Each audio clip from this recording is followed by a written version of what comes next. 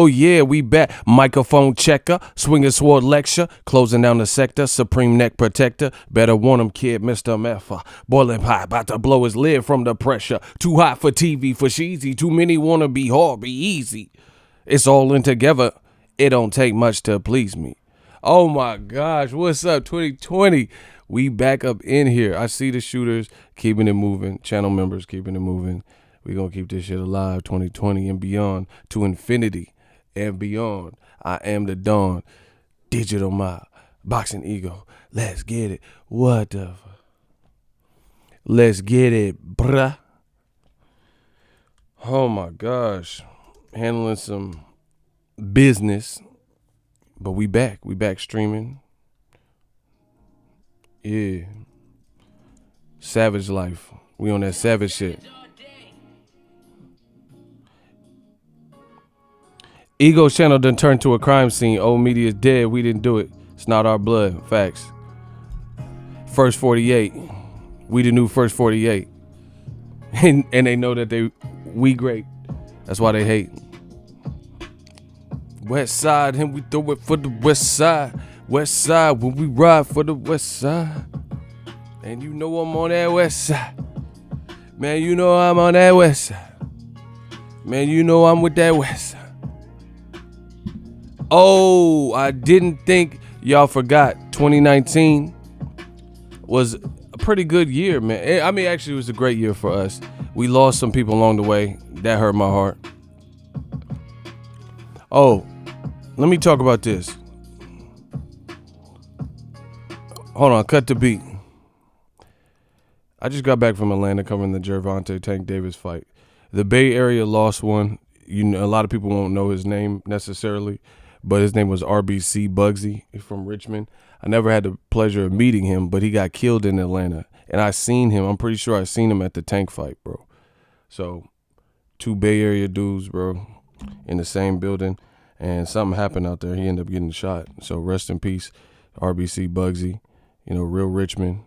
You know, from what I understand from my Bay Area partners and shit, he was a stand-up dude. So that hurt me when I got back and seen that, you know, another black man lost his life.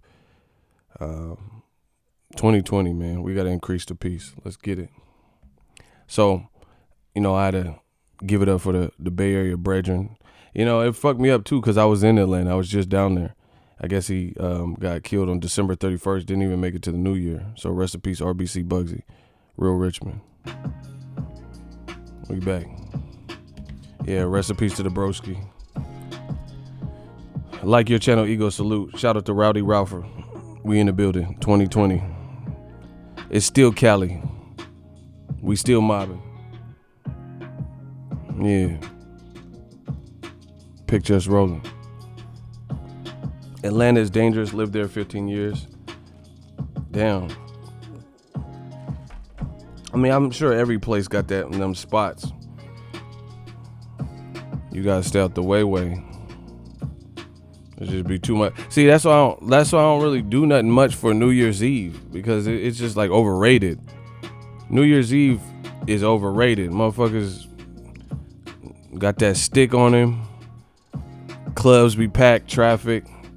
Hey, some of these clubs out here in the Bay, they charge you like 50 to 100.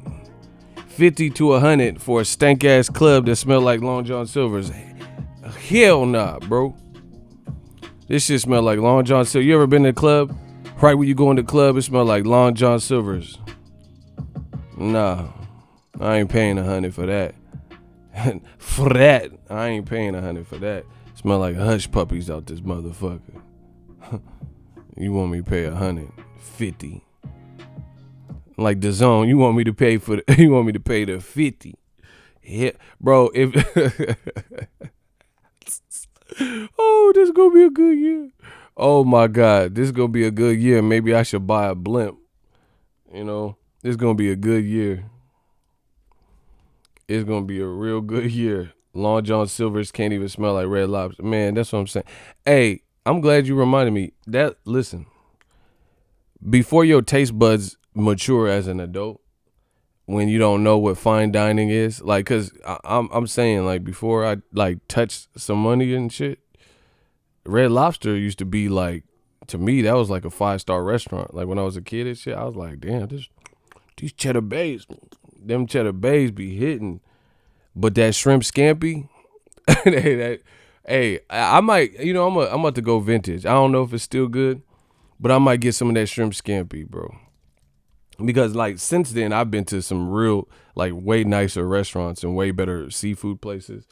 So Red Lobster is definitely not on the top of the list. But if you in a certain range that you want to spend, them Cheddar Bay biscuits, when they be warm, that should be like some warm. Never mind, I ain't gonna say it, but it be like some of that snappy nappy dugout. You feel me? That it just be different. So if you in that price range of what you want to spend, yeah, Red Lobster will get you there. That Ultimate Feast will get you there. That Endless Shrimp will get you there. No, I like that shrimp scampi, the linguine, whatever the fuck that shit is. Yeah, shout out to Red Lobster. What did Beyonce say? I take his ass to Red Lobster. Yeah. I need me a chick like Beyonce. Take my ass to Red Lobster. Bro, Red Lobster and Sizzler were the ones. They were the ones. I don't know, but remember on White Men Can't Jump, Kadeem Hardison, he said, we going to Sizzler. Bro, that was like a delicacy. You was like the 1%ers. If you went to the Red Lobster or Sizzler, you was the man or woman. Go to Mariscos. Oh yeah. Bro, that's Spanish for seafood. I definitely go to that. Nah, Sizzlers, they used to clap. Hey, but I don't know if this was worldwide, but out here in Fairfield, back in the day, gang, we had a spot called JJ North's. JJ North's. It was a buffet. That shit used to go crazy. Nah, that JJ North's. That JJ North, that sound like a lieutenant, a captain or something. Sizzlers is trash now, bro. Hey, you know who's trash as fuck that I used to like back in the day? I feel like they changed over the years. Cause they used to be fire to me. Black Angus. When I was a kid, Black Angus was on point. I fuck around, took a date there one time. More recently, like in the recent, she was mad at me and shit. How's your food? This shit, you like to? Man, Black Angus almost made me not get no pussy. You know what I'm saying? I bounced back, but Black Angus almost cock blocked me. That shit was trash. No, Black Angus almost cock blocked me, bro. That shit was weak. My steak was hella fatty, like it just wasn't. No, Outback. I like Outback. I just went there when I went to the Shakur Stevenson fight. Me and the homies went. My boy, Big Rich, Town was there. Champside. Yeah, we went to Outback. I be taking girls to get tortas, bro. Oh, that's official. Tortas be good as fuck. I had a Spanish girl. She made me some tortas. That shit was hella good. But then our relationship started to, kind of drift, and she made them again, and they didn't taste like what she made them before. I think she tried to poison me. I think she was trying to poison me and shit. It had a different. I think she put arsenic in this shit. But I'm still here, bro. Bro, she tried to get me on some forensic file shit, I think. Because how the tortas hella good when you made them the first, the glory years, the honeymoon stage. And then all of a sudden, man, that shit. She tried to get me, I feel. Man, fuck that. Man, I ain't gonna stop. She tried to get me. She tried to forensic files the boy. I should have took it, did a DNA samples and shit, all this type of forensic file shit. Put it in the electronic spectrometer. See what the fuck you put in these. Ooh, my Rican. I had this Rican. She would use that Goya. Arroz con pollo. With that Goya. That Goya be, I like, mira, hey. That Goya be going crazy. Y'all don't know about that Goya. Yiddy. That rice should be fluffy. Yeah. Shout out to Arroz con Pollo. Huh? Okay. Yeah, shout out to my Cubans, my Dominican, my Puerto Ricans. Wepa, let's get it. He said ego, she tried to. Who the fuck is Young Max? Who you flipping off, cuz? Bro, who is that? Man, get him out of here. You won't flip me off? If it's fuck me, it's fuck you too. Death Row East. Haitians? Oh my gosh, bro. Berto his mama was cooking and he just posted the look, it was in a gumbo pot. That shit look good as hell. Shout out to Mama Berto. Mama Berto was in the kitchen, bro. He just posted it like yesterday. Yeah, them Haitians get down. Haitians get down. I don't know, them Creoles, they motherfucker put blood in this shit and spells. I don't know. The motherfucker trying to hit me with that voodoo. Nah, I'm talking about the regular shit. Don't be trying to get me with that voodoo shit. You feel me? Make you fall in love with the girl. I'm like, don't be doing all that extra shit. Putting that extra shit in it, bro. You know what I'm saying? Putting them, casting spells and check it out. Colombian food, Nicaraguan food, and Colombian food. Hella good. I need me a Colombiana. Yeah, let's get it. Don't eat the spaghetti. See, that's what I'm saying. Y'all trying to set me up, bro. Putting hella extra in it. Nah. Please don't put nothing graphic. My wife's from Jamaica. Man, I went to Cincinnati for the Broner fight. And me and my dude Kari went to this Jamaica spot. It was good. They put that oxtail in that. I was like, oh my God, bro. They had all types of shit. Rick Ross went there. They had pictures of Rick Ross going to the restaurant. Bro, I was full as fuck. Jamaicans will feed you, like give you healthy portions. I left the restaurant feeling like Rick Ross. My stomach was hella big, hella full. I left. I didn't even want to cover Broner's fight. I was so full. Man, I don't want to see Broner. My shit, bro, that shit had me barking. It was hella good, bro. I don't want to cover this fight. Bro, listen, man, what is that? Motherfucker turned half dog and shit. Motherfucker got the whooping cough with this shit. Bro, I swear to you, bro, I'm gonna just start putting all these stories on wax so y'all can understand. Bro, I did not want to cover. It was Broner versus Granados. I remember it, bro. I went to a Jamaican spot. This shit was good. I was like, you know, I can't speak patois and all that shit, but this shit had me wanting to speak some shit. I was like Miss Cleo at least. Call now for your reread on, you know, that shit was good. But Rick Ross, they had a picture. Rick Ross has been in the place with his, you know, with his entourage. Shit had me feeling like Ross after that. Man, I'm full. I need purrs. That shit me. My beard got longer and shit all of a sudden. Need a Jamaican.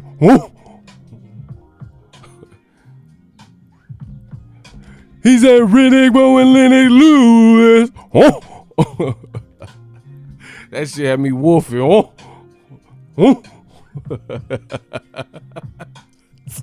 I always wonder who the fuck who come into my streams and I'm just like acting the fool. You know what I'm saying? Like someone just coming up, Riddick Bow and Lennox Lewis. This motherfucker's like, what's wrong with him and shit? They gonna think I'm like autistic or something. Nah, man, we just chilling. Here, Lennox Lewis. I don't wanna cover Broner fight. Bro, that shit gave me the itis than the motherfucker. The Black Channel. Why do they eat with Rick Ross? The Black Channel. I'm in a great mood. This shit is funny as fuck. New media.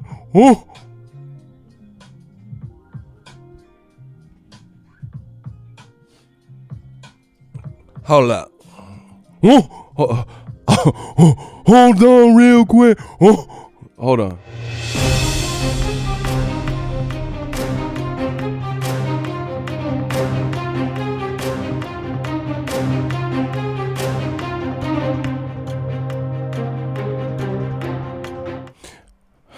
Real brother, I got you. It's super tiny though, so I don't know if you're gonna be able to do it. But he said, "Why do the black channels act like Boston?"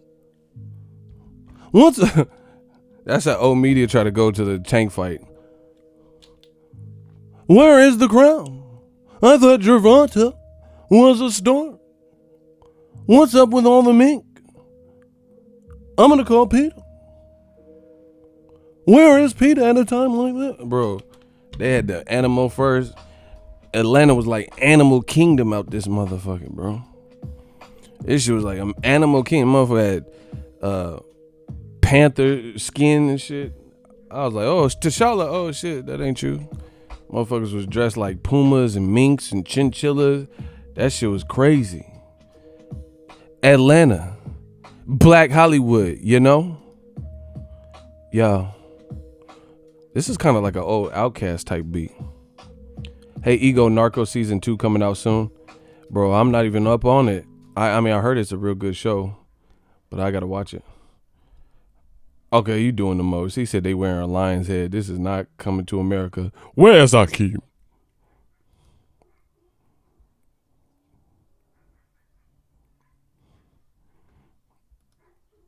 Freeze, you diseased rhinoceros pizzle, or I'll be forced to thrash you.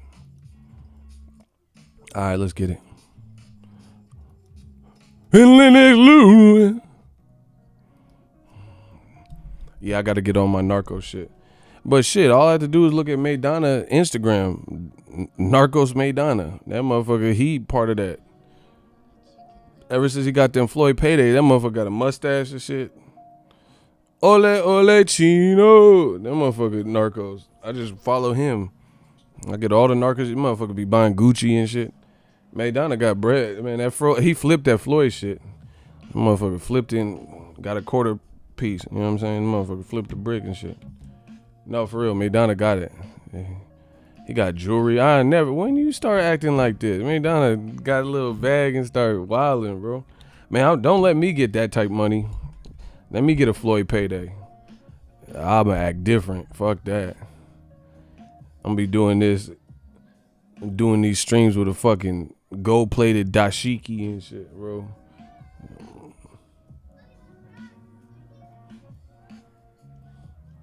Like kids singing and shit out there. 2020 is already weird, bro.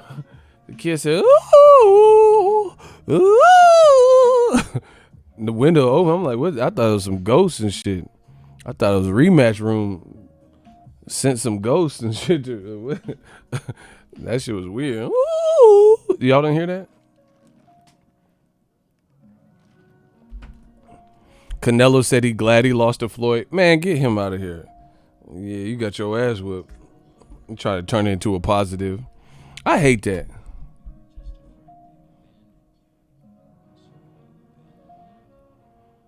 I hate that. When people like, they not happy at what transpired. He said them Blueprint 2 sounds. Ooh, ooh. I brought the flutes with me, guru. Maybe only you can hear it. Nah, I mean, you probably couldn't. The mic didn't necessarily, it's not aimed that way, so you probably didn't hear it. Yo, smash the like button. Joshua said the same shit. That's a cop-out, bro. Ain't nobody want to lose embarrassingly if they don't have to.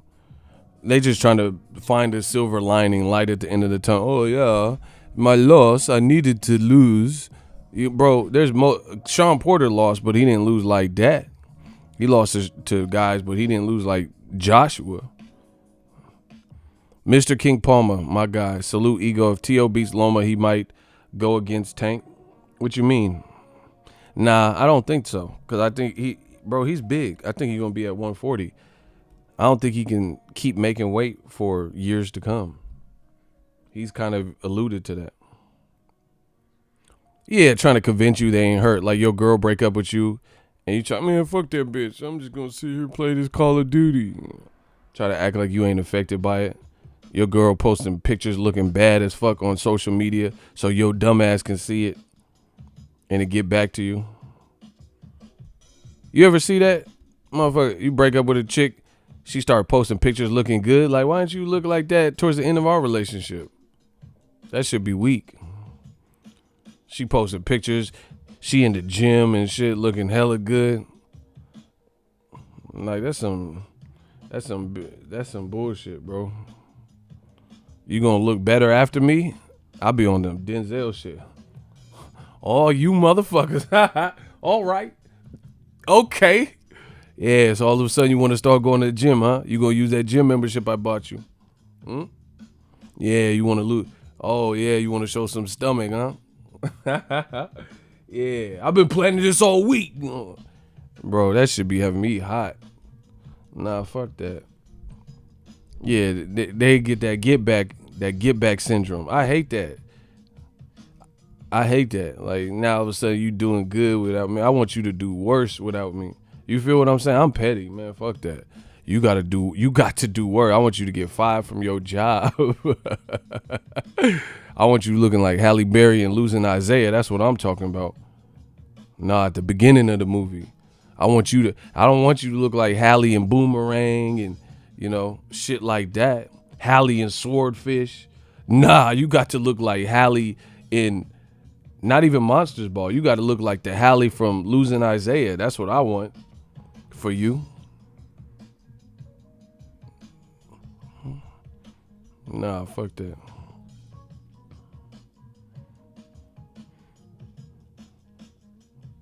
I hate that. Women be posting pictures coming out of water and shit, the hair be sparkling. I'm like, bitch, take this picture down with that wet hair. You got that wet ass hair looking like Razor Ramon. Nobody care. You just be hating and shit. Razor Ramon, wet ass hair and shit. Hey, know what I'm saying? Chico. Man, take this Razor Ramon looking shit the fuck up out of here.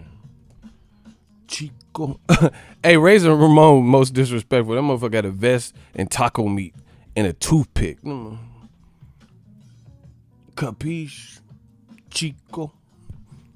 I wish somebody would flick a toothpick at me. That, bro. That's like equivalent to spitting on you. Cause them toothpicks be like darts and shit. They'll be like Dazn darts and shit. That motherfucker said, Capiche? Chico. Don't be flicking cigarettes and all types of shit at me. What the fuck?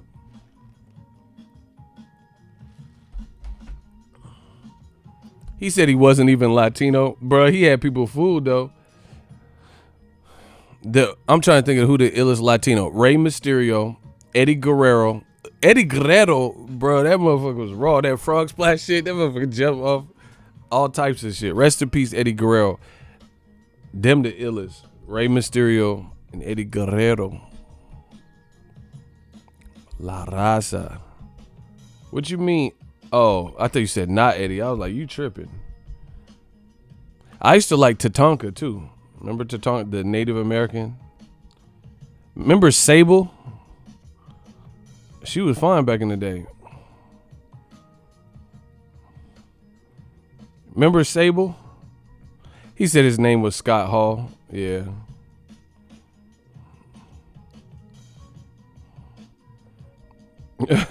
Yeah, man. Sable she was fine. Trish Stratus. I remember her. Hey, quiet as kept. You know what show had bad ones back in the day? The Real World. Real World or Road Rules. One of them shits. Bro, they used to have some work on that show. Bro, put me on the Real World. Yeah. Nah, Real World used to have them, bro. They had some dimes on there. Real World and Road Rules or whatever. See, MTV and all that shit ain't even the same no more. Yeah. What's the name? Golden Corral, Coral. Bro, they had some work on there.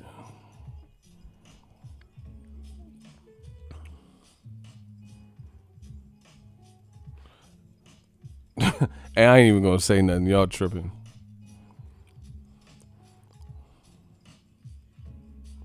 Y'all tripping. Yeah, I used to like Brutus the Barber Beefcake. He really cut your shit in the ring. Like, remember when Sean Porter couldn't make weight? They had Brutus the Barber Beefcake cut his shit.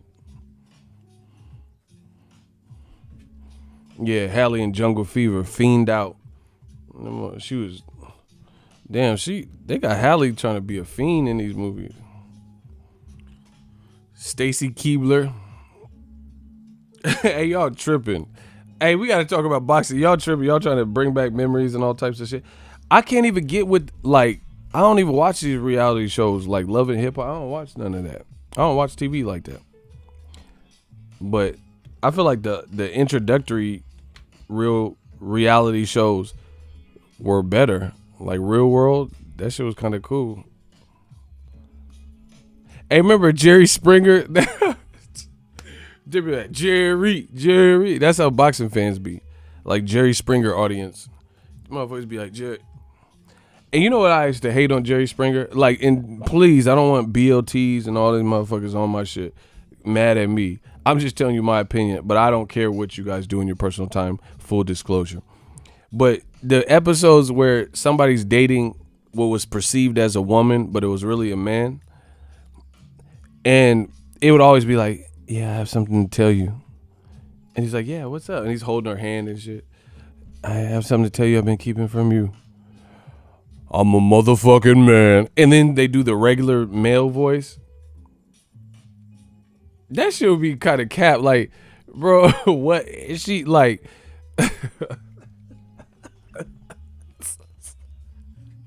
That shit was cap, bro. So you couldn't tell until she did that voice what the situation was.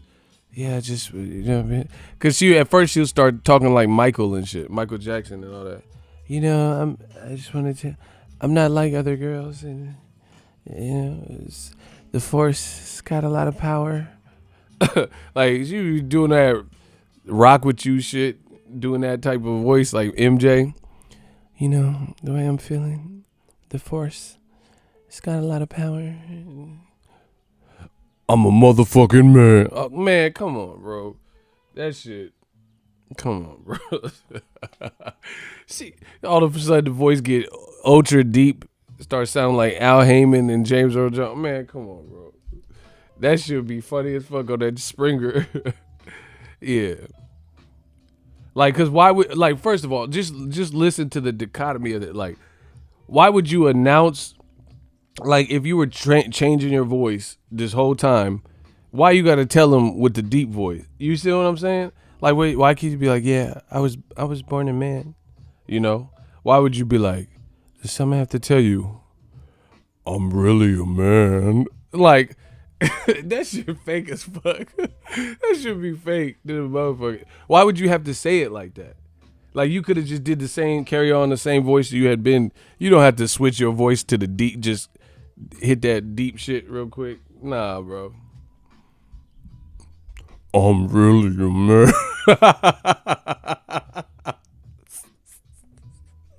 Listen, I love everybody. I don't care. I don't want the BLTs, all these motherfuckers. I'm not mad. I'm just wondering why they had to switch the voice over. Like, you know what I'm saying? You know, the force, I'm not like other guys. The force has got a lot of power. I'm really a man. That shit's good. That shit good TV, bro. And the guy pull his hand back. Oh. Like, this bitch look like Buster Douglas with a lace front. What the fuck?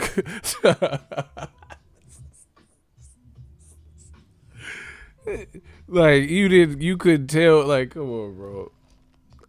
The jig is up. She look like Jimun Hunsu and shit. And Blood Diamond, you didn't know? Come on.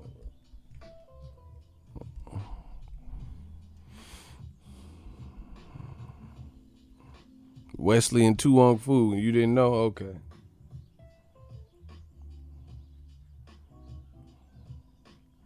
Bro, see, I can't be on them shows. You ain't gonna surprise me on no fucking show. You surprise, I'm cheating on you. Like, bro, surprise, I'm throwing this chair at everybody, bro. Fuck what you talking about. You know what I'm saying? Like, don't put me, I can't be on those. I don't like surprises, so don't surprise me with shit. Text me. I'm not finna go on national TV and you start telling me all types of extra shit. That Jerry Springer was wild, though. That Jerry Springer shit was wild.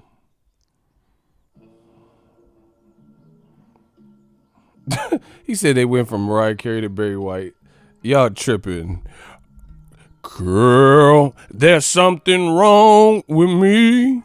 Every time I'm alone with you, you keep talking about you love me. Baby, your foreplay just blows my mind. Oh, you just keep. Oh, you. Hey, Barry White was singing. That motherfucker said, oh, you just keep. Oh, you just. Telling me to practice for me. Bro, that's how you got to talk to your girl. They like that. Because women like that authoritative man. Girl, there's something wrong with me. Like, they just like that. Because you like admitting faults and vulnerabilities, but you doing it with that voice. Hey, bro. Barry White was all up in that. I promise you. Rest in peace to Barry White, but he was getting to the bag. They called my late grandfather Barry White. Hey, you know who voice in boxing sound crazy? Frank Bruno. Have you ever heard Frank Bruno talk? This motherfucker sound like chopped and screwed and shit. This shit crazy. Anybody ever heard Frank Bruno? I'm like, motherfucker, you smoke cigarette? What your shit sound crazy? And he got it like his laugh sounds like a villain. Bro, Frank Bruno sound crazy. Let me see if I can find a picture. Like he has that Allstate fucking voice. Bro, listen to it. Bro, I swear to you. Listen to Frank Bruno's laugh. This motherfucker sound like a Disney villain and shit. Look, listen.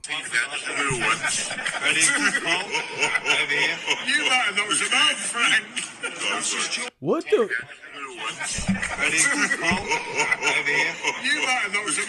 Bro, that's him right there.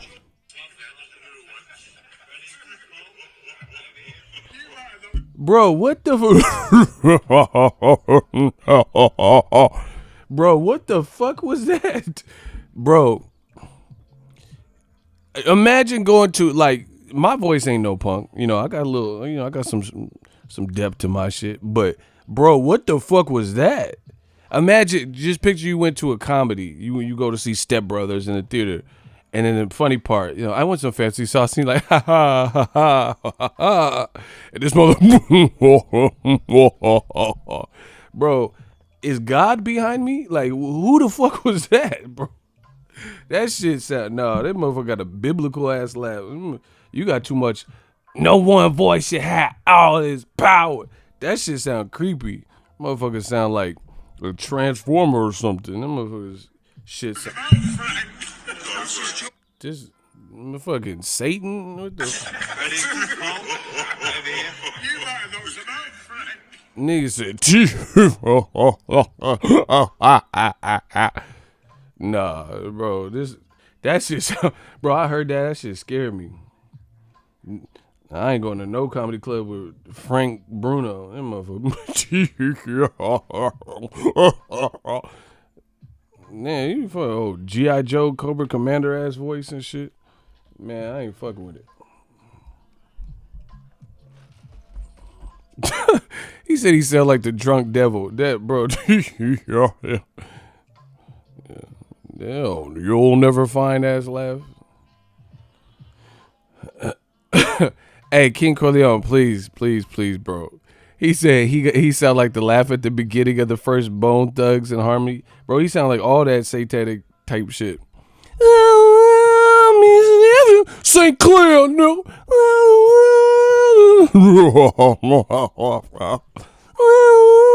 Remember that Bone Thugs? They had that satanic ass sound at the beginnings of the shit. Fucking interludes and shit. But this shit was backwards chanting and shit. Bro,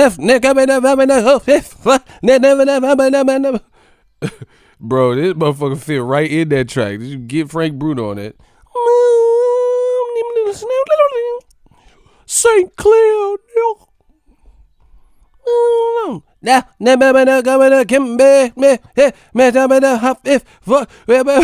Bro, that shit was crazy. Me creeping a coming to run up the level of the checklist. Look, the September. Them motherfuckers speaking Spanish and all types of shit, bro. It said miércoles o sábado septiembre, November coming to hushes. What? Bro, I'll be trying to write this shit down. What is he saying? Busy was on another level. That's my favorite Bone. That motherfucker. Me coming to September. Crucian. Get me. Excuse me? Excuse me? That shit. Put Frank Bruno on that track. Your rent's due, motherfucker. Me calling me Mr. Bill Collector, damn it. With a little ripster. Me gripping a coming to get ya. That shit. Put Frank the fuck Bruno on that. Oh shit. You almost made me spill the coffee. Someone said Shao Kahn from Mortal Kombat laugh. Hey bro, y'all gotta chill. Y'all gotta chill. I can't do this. Boy says Shao Kahn. I'm done. Bro, his laugh sound crazy. Oh my god. Bro, Frank Bruno need to be in somebody's voiceover.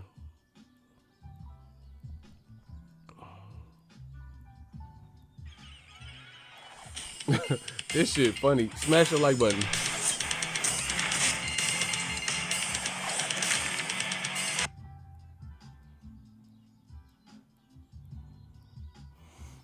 Oh, y'all tripping.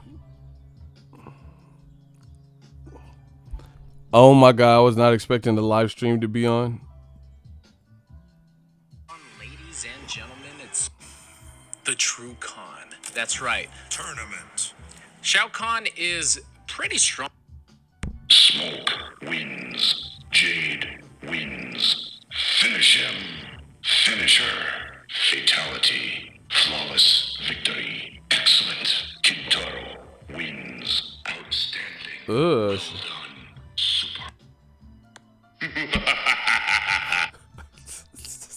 It really does sound like Shao Kahn.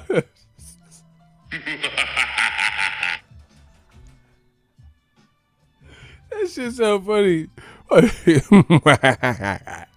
Bruh.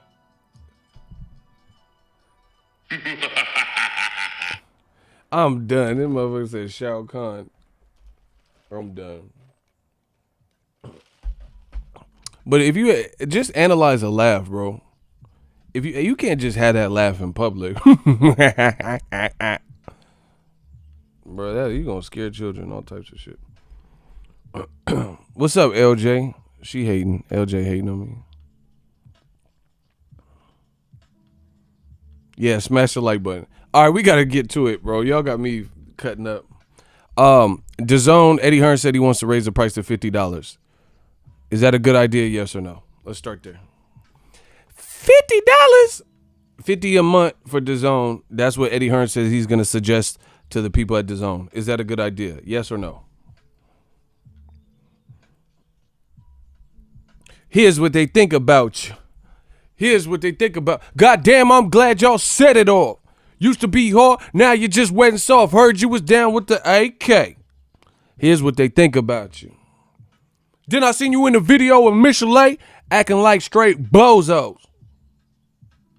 That's why I went solo. Bro, look at what the people said.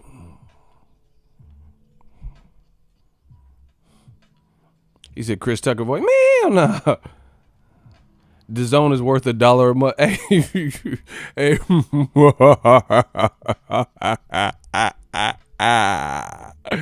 Frank Bruno laugh, bro. Hey, $1 though, you tripping. Like one of them little African kids.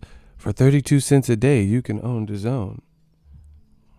In the arms of an angel.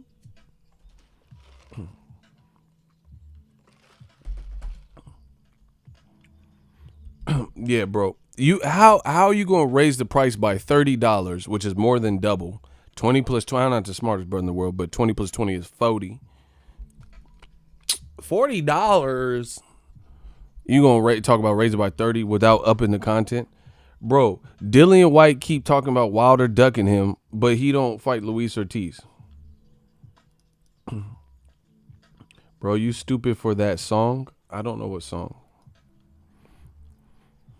Oh, okay, I get what you're saying. Bro, I don't even know what I said. Bro, how is that going to work? None of the guys, listen, literally, this is my God honest truth. Literally, none of the guys with Rematch Room are fighting the people that I want to see them fight. Like, if I could pick my top 3 list, the fights that they're fighting, none of those would be in my top 3. Like Dillian White, I want to see him fight Luis Ortiz. No indication that's going to happen. Eddie Hearn keep talking about Andy Ruiz coming off a loss or Povetkin coming off a draw, which really should have been a loss to Michael Hunter. Literally not fighting the competition that I would want to see him fight, that I think would be good or bigger fights, or both.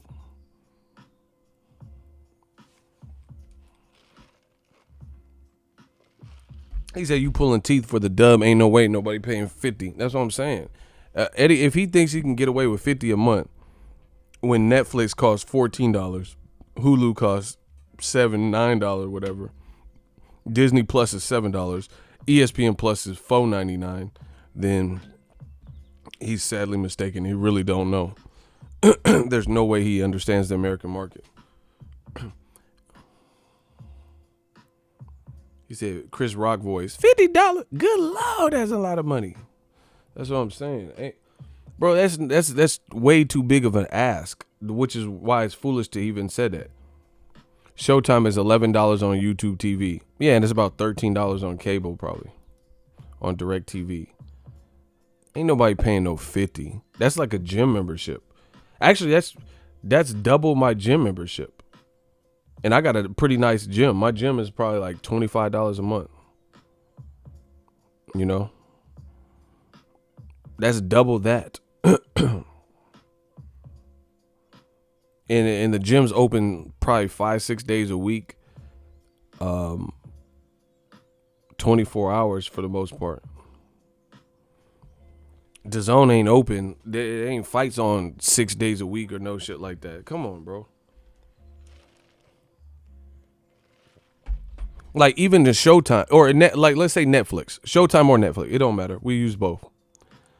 There's always something to watch on Netflix. There's no way. Name one person that has watched every single thing that Netflix has. Bro, you don't have no life. If you consumed every single show and every episode of every series on Netflix, then you sit around a TV round the clock. It's impossible. There's no way all the hours and hundreds of hours, millions of hours of content that's on Netflix, there's no way you've watched every single thing. Ain't no way. So you watch The Witcher every episode, Narcos every episode, the Narcos spinoff every episode, you know, the Idris show where he was a serial killer, Dexter, you know, there's no way you watch all that shit. You know, all the movies, but DAZN, there is a chance that you've watched everything, at least that pertains to you. You know? Like, I'm a boxing fan. That's the only reason that I need DAZN. What can I do with DAZN right now? Do you get what I'm saying? They just don't have enough content. I don't watch darts. I don't watch fucking lacrosse. Lacrosse? Out! Before I kick your ass lacrosse the street. What movie is that from? He's like, and we have one of the best lacrosse teams. Lacrosse? Lacrosse? Out! Before I kick your ass lacrosse the street. What movie is that from? Y'all don't know movies like me.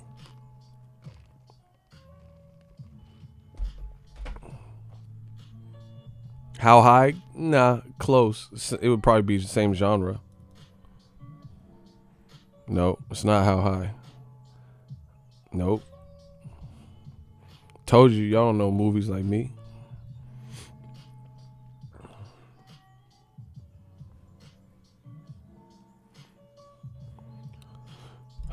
It just come on, it just don't make sense.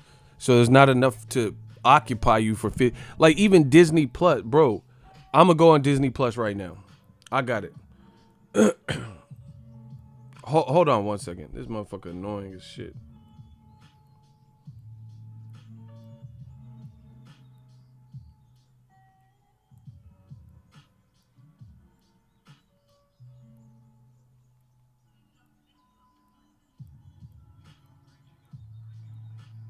Hold on.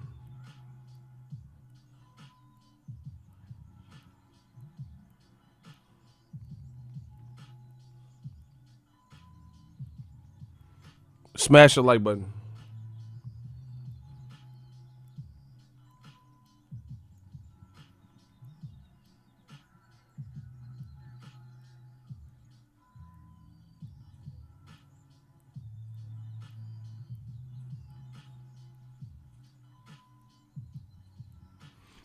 Shout out to Kevon Slims. DAZN is the dollar store of boxing.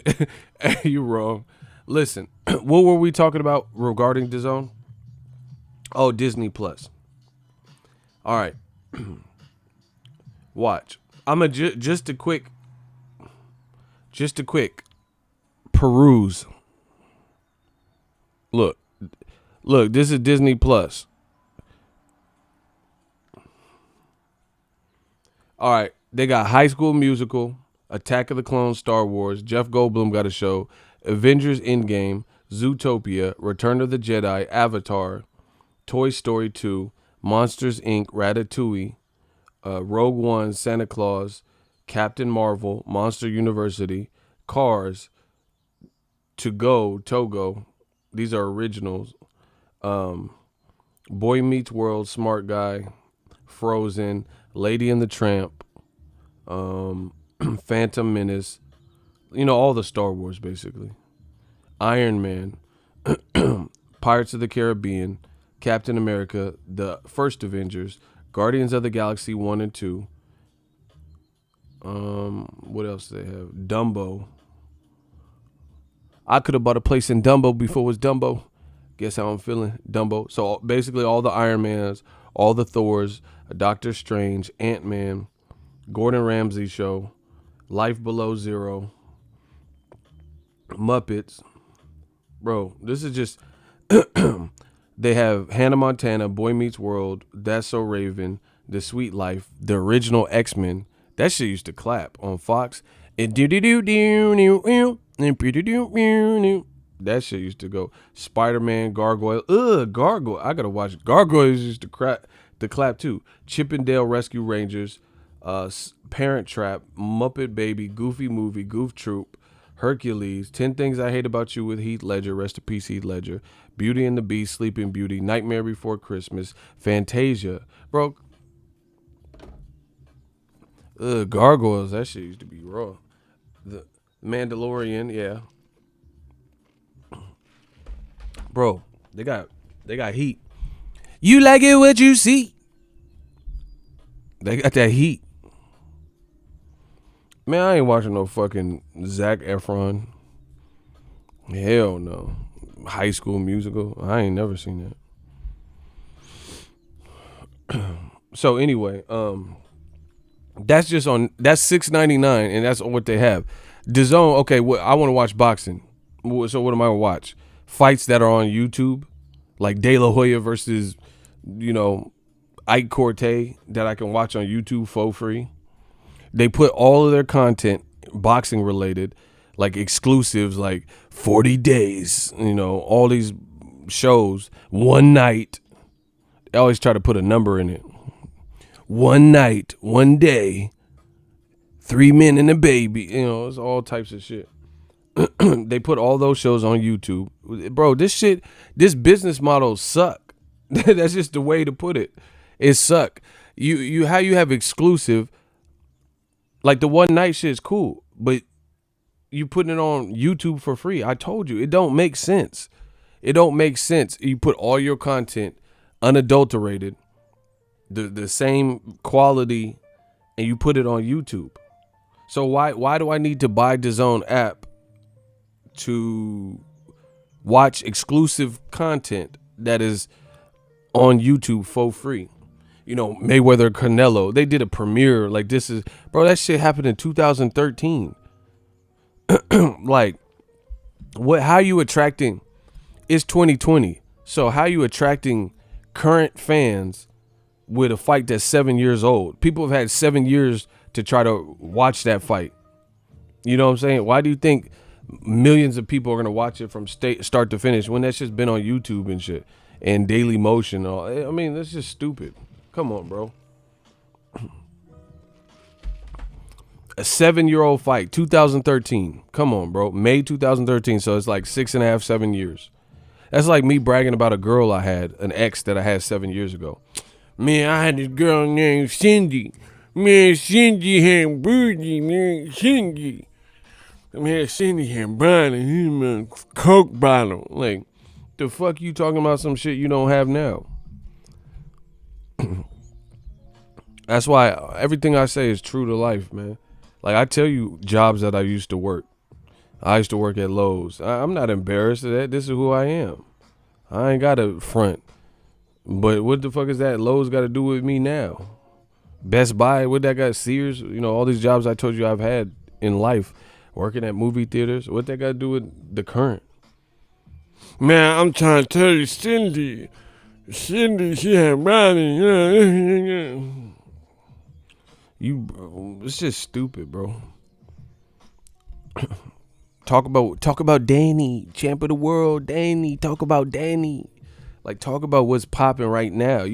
They showing Ike Cortez and De La Hoya from '94 and shit. You motherfuckers wasn't even born and shit. Motherfuckers was fetuses.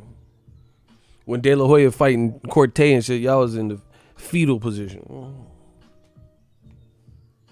This is y'all. Y'all was watching De La Hoya Cortez like this in a fucking placenta. This is y'all. That's how y'all was watching. Like, so what? Come on, bro. That shit's stupid. Hey, you out of pocket, bro. You sparring in that? Come on, bro. You tripping. That's what I'm saying. He said I was 1 in 1997. So he was born when Pac died. The year Pac died, he was born. So it's like, and I feel like DAZN, if anything, the people that are going to attract are probably a younger crowd more so than old people. Like an older crowd. So how is that going to relate to them? Fucking Camacho versus De La Hoya. They don't even know who Camacho is probably. And you want $50. Man, come on. It's about the current too. Don't talk about no gosh darn Lucas Mati. Talk about Danny, champ of the world. Danny. I speak the truth. Talk about Danny. Oh, you American when you get that welfare check, huh? Talk about Danny, champ of the world. Fuck the Valentino. You talk about Danny. Yeah, talk about Danny. Hey, I miss Angel going crazy. That motherfucker yell at. Anytime you see that camera roll, that motherfucker was yelling at somebody. You don't talk about no gosh darn Lucas Mati. Talk about Danny, champ of the world. Talk about Danny and Philly. Talk about Philly, Danny. The motherfucker going crazy. You don't talk about that. You American when you get that welfare check, huh? When Uncle Sam pay you that money, you get that welfare check. Oh, you fuck the Valentino. Like, this motherfucker going ham on it. You talk about Danny. Like, that motherfucker was like a Scarface back in the day. Talk about Danny.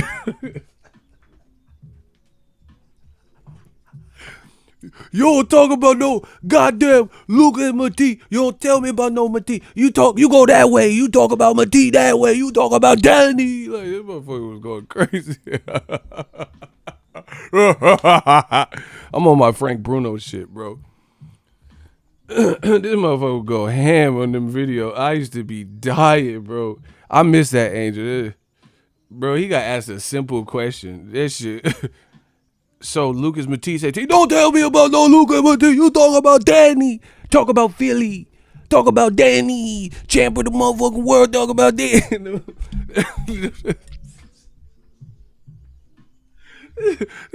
Dude, bro, I used to be rolling. That's when YouTube was really lit for boxing. That shit, that was the Wild Wild West. Now they trying to police titles and all types of shit. Man, I miss them days. Danny, you talk like a movie or something. You talk about Danny. Like, damn, okay, shit. Let me get to the Danny fucking questions. Goddamn, Angel. See, that's what I'm saying. That motherfucker named Angel. You back in the day, he was the furthest thing from an angel. I don't see near Halo. That motherfucker was evil. You devil. You devil Garcia. You yelling at me and shit. Hey, motherfucker name him Angel and shit. But going off. You fallen angel. Dark angel, motherfucker. Ain't no motherfucking angel yelling at me and shit. I ain't been yelled at yet. Ain't nobody even yelled at me like that yet. That should be funny. Terrence Crawford, you nappy headed. You a nappy. Yeah, the nappy, the kid with it. Oh, fuck it.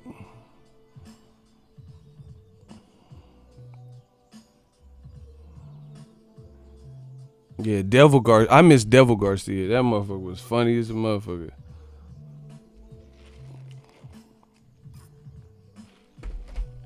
Shout out to my dude Kari. Happy New Year. I be losing my place and shit. Y'all be doing this on purpose.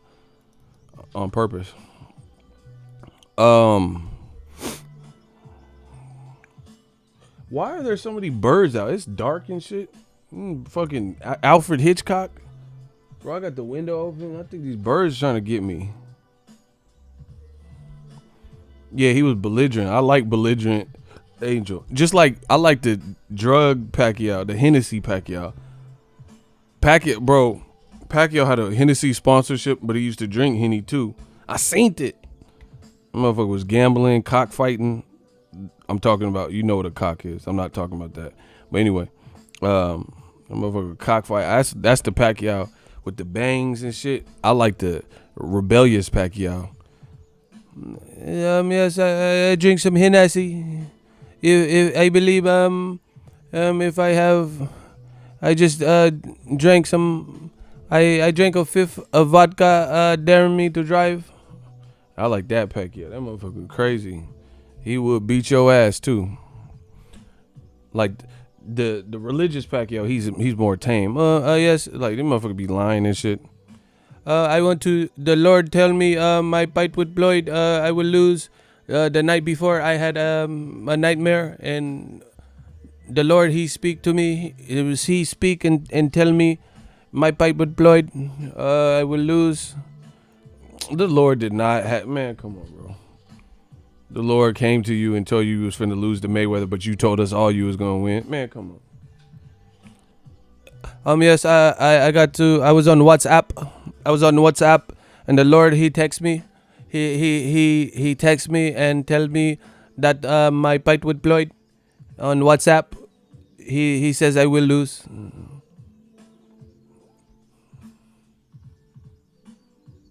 So the Lord hit you up on WhatsApp and told you were going to lose the fight of the century. Yes, that's what I am saying.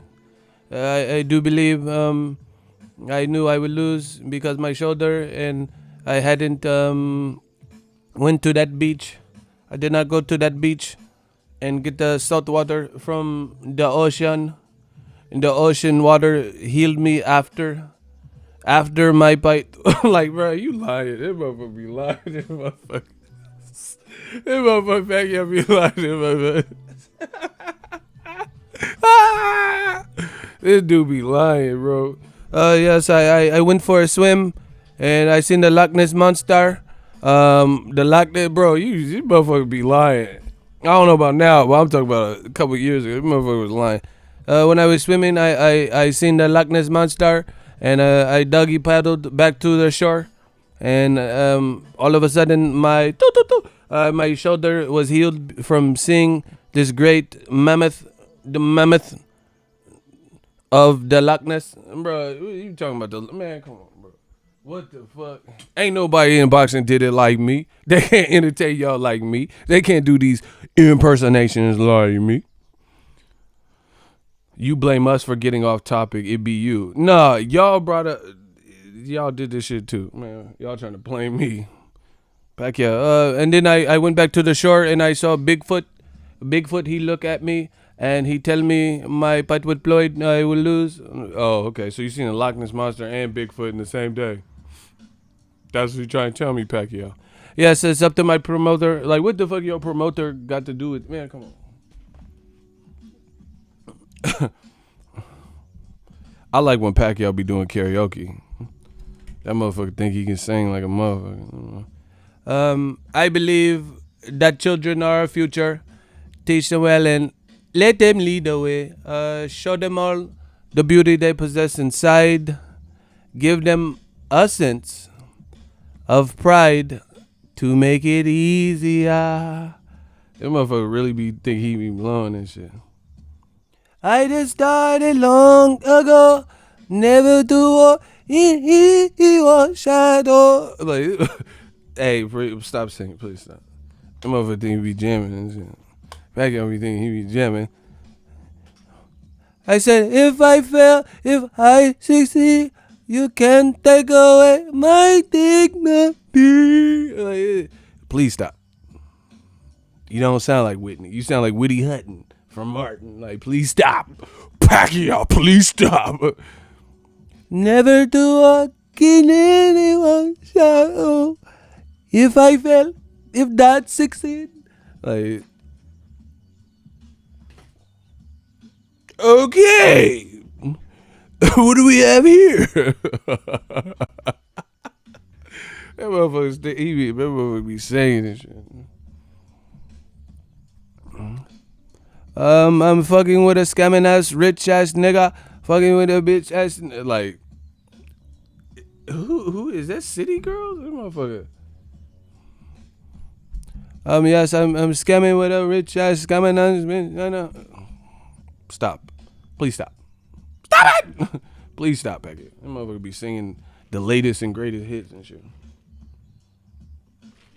I kissed the girl and I liked that. I knew. Like, is that Katy Perry, motherfucker? This motherfucker sing Katy Perry, man. Rashid Mohammed, and Mohammed is his prophet. Praise be Allah. LOL, ego is off the chain. Man, I'm off the chain. Runaway slave. I'm the new Django. And old media, they can go. I said, I'm the new Django, off the chain. Old media, they can go. Man, I'm off the chain. I'm insane and off the chain, off the brain, off the membrane. Oh my gosh. Let's get it, bars. I told you this was ready. This was ready. 2020 has been in the making. Y'all remember William Hung? Oh my God, please. Yeah, Pacquiao hung. Them motherfuckers just be singing and shit. Push it. Do do do do do do do do do do do do do do do do. Push it real good. Like, stop, Pacquiao, please stop. Salt and pepper here. Like, okay. I'm TB Ego. Yeah. Yeah. What's up, LJ?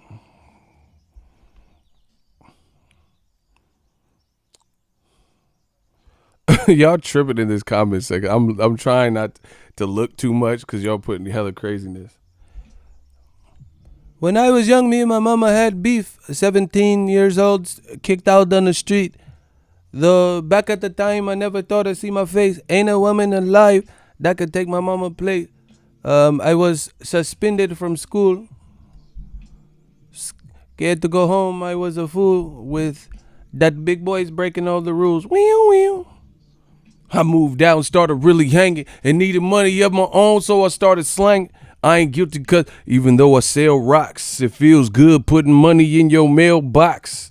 Shout out, yeah, we put money in the mailbox. Shout out to Star City J, $5 super chat. I'm the realest out. Hopefully you guys like the channel. Ain't nobody done it like me.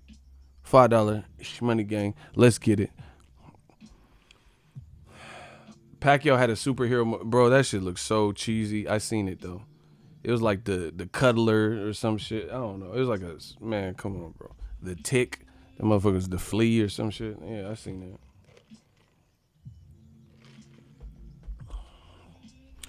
that. Meet me at the club. It's going down. Meet me at the trap. Like, I am not meeting Pacquiao at the trap and shit. Anyway, Dazn better not put that. Don't put that price to 50. $750. Don't put that, bro. They can't do that, bro. Eddie Hearn bugging. This motherfucking Raid, he bugging. He talking about $50. Oh, let's talk about Tank hate. Y'all hating on Tank, bro. Oh shit, AJ got a G-Unit fucking wife beater. Remember when 50 came out with them G-Unit wife beaters? With the thickness on the strap? I thought he had a bulletproof vest on. That scared me. I was like, why you got a vest on? Bro, he got the G-Unit. Hey, that's what I'm saying, son. Me and Banks, yayo, nigga. Hey, something special, man. Motherfucker, this motherfucker got the Hey, you know, it's like my homeboy, Anthony Joshua. He told me, motherfucker Doc said get hit in the head, get hit with a concussion, nigga. Yeah, Eddie Hearn better than holy head, nigga. Bro, fuck, he got a motherfucking G-Unit vest on, nigga. I whip your head, boy. You know why I whip your head, boy. With the back of the steel. Hey, Rich Montana, nigga. You gotta do something, Rich. That motherfucker had to do it. Hey, I'm tripping, bro. I'm in such a good mood. I don't know why. My face hurt. Oh. Hit my wisdom tooth. Spit it out. I don't smile a lot. Ain't nothing pretty. I got a purple heart for war, and I ain't never left the city. Hoes be like 50. I'm real good, man. The hood love you, man. Maybe show up in your crib like brother, man. I said I'll do like Martin, show up in your crib like brother, man, nigga. Yeah, Daniel Mason. Yeah, keep that money coming. Yeah, I work for tips. Okay. I'm like Magic Mike. I don't work for tips out this motherfucker. Yeah, keep the money coming. Okay. Yeah, Magic Ego. Fuck it. I ain't even gonna say pause. Fuck it. We unpaused. We unpacked, coming to you live. Daniel Mason, new media bars, something they got to deal with. Anthony Joshua out here clout chasing like a video vixen. Kamal Oz, $2 breaking D5 and Povetkin for the brand new PED belt. You wrong. You wrong. Bro, why does Dillian White keep saying Wilder is running? Can someone explain that to me? Why would you fight Dominic Breazeale and Bermane Stiverne twice, Luis Ortiz twice, and Tyson Fury, but you're afraid of Dillian White? There's no guarantee that Dillian White would beat all those guys at those times. Y'all would favor Dillian White to beat Tyson Fury?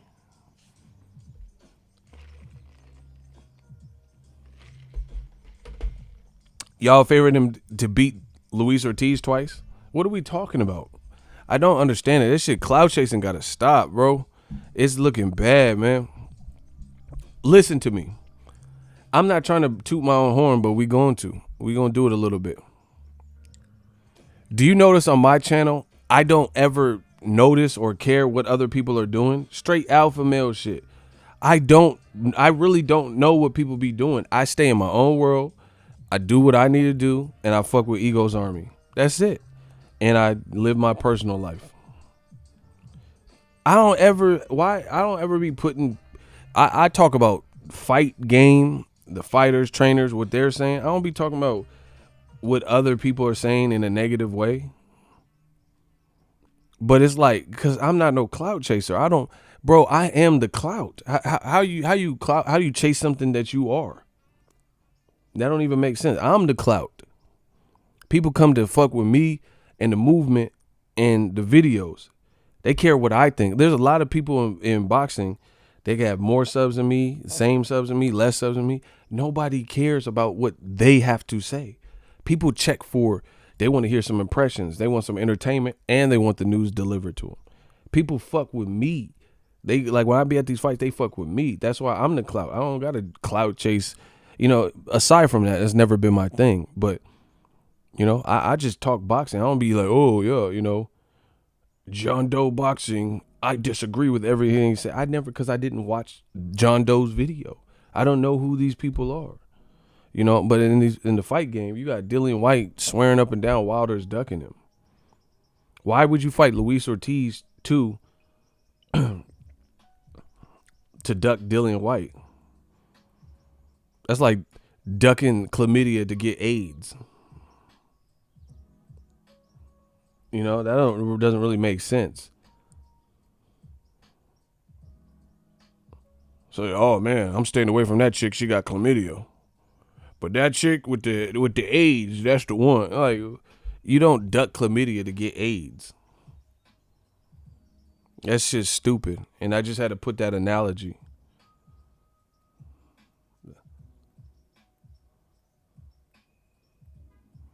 That don't make sense to me. That's like me ducking Robin, but I'm willing to fight Batman. The fuck? Oh, I ain't fighting no motherfucking Robin, but Bruce Wayne gonna get these hands, motherfucker. Where Bruce at? Where Bruce at? So you willing to fight fucking Batman, but you scared of Robin? Man, come on, bro. That shit don't even make sense, bro. You gonna duck Robin? I'll beat the fuck out of Robin. Batman, I don't know. I'll toss. Wasn't he a preteen and shit? How old was Robin?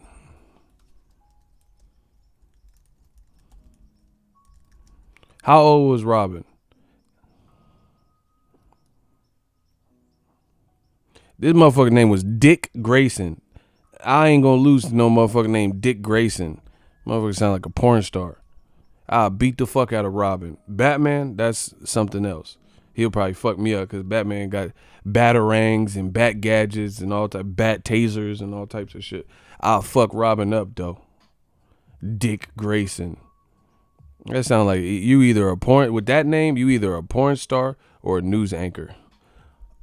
Tonight on the 6 o'clock news, Dick Grayson live on with the latest coverage. Like, who the fuck is Dick Grayson? Man, I'll beat the fuck out of him. I'll stomp him out like Eilena's cousin. Batman, that's another story. You know what I'm saying? So in the world of boxing, why would Wilder duck Dillian White but face a guy with 500 amateurs? 500 amateurs. 500? That's ridiculous, bro. And he only got 19 losses. Yeah, Batman had hands. I'll get fucked up by Batman. I don't know about the Ben Affleck one or Val Kilmer. I probably, or George Clooney. I don't know. I wouldn't fuck with the Christian Bale and Michael Keaton ones. Adam West can get it. I feel like the motherfucker crash, bang, pow, whoop. Nah, I might get with Adam West. Real talk. That motherfucker was in tights. I'll punch you in your stomach. You wearing tights.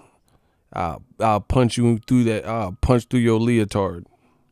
Like Wilder. Them tight, that's not armor. The other Batmans had actual armor. You wearing a leotard. You'll get this work wearing spandex. Pause. I'm just saying, spandex, like them body shots, you still finna bow, bow, bow. I'll be a Roy Jones. Bro, if you have spandex on, bow, bow, bow. Oh my God. You finna feel that. You do the spandex, motherfucker dressed like Greg Louganis. You gonna get to work. The other Batman, you punched that shit was armor. Yo, shit. Oh, my head. Oh, what the fuck? Where Alfred at? Fuck yo. Nah, the other Batman, he had actual gear and shit.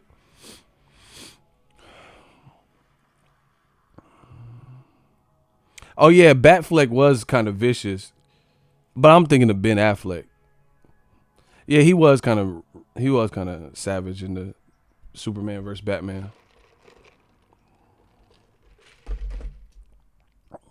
Look at Adrian correcting me. Nah, he's like Affleck would have fucked you up. he bring the comic sense to it. He's like, nah, the Affleck version would have fucked you up. Thank you, Adrian, for being a channel member and not siding with me. Smash the like button. The Stream King in the building. Facts. Somebody do a like check. Anyway, it's just too much clout chasing. Everybody talking about Tank Davis. Everybody. Let's get over 200 with the likes, please. Let's get it. Bro, everybody is talking about Tank Davis. Like mentioning him. Like to the point, Teofimo looked great versus Richard Comey, and I didn't see all these fighters talking about wanting to fight him or anything. Tank fights, wins by knockout, 12th round, Gamboa. And everybody's talking about it.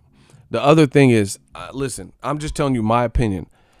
I don't doubt that Gamboa is possible that he injured his leg to some degree, but I don't believe it.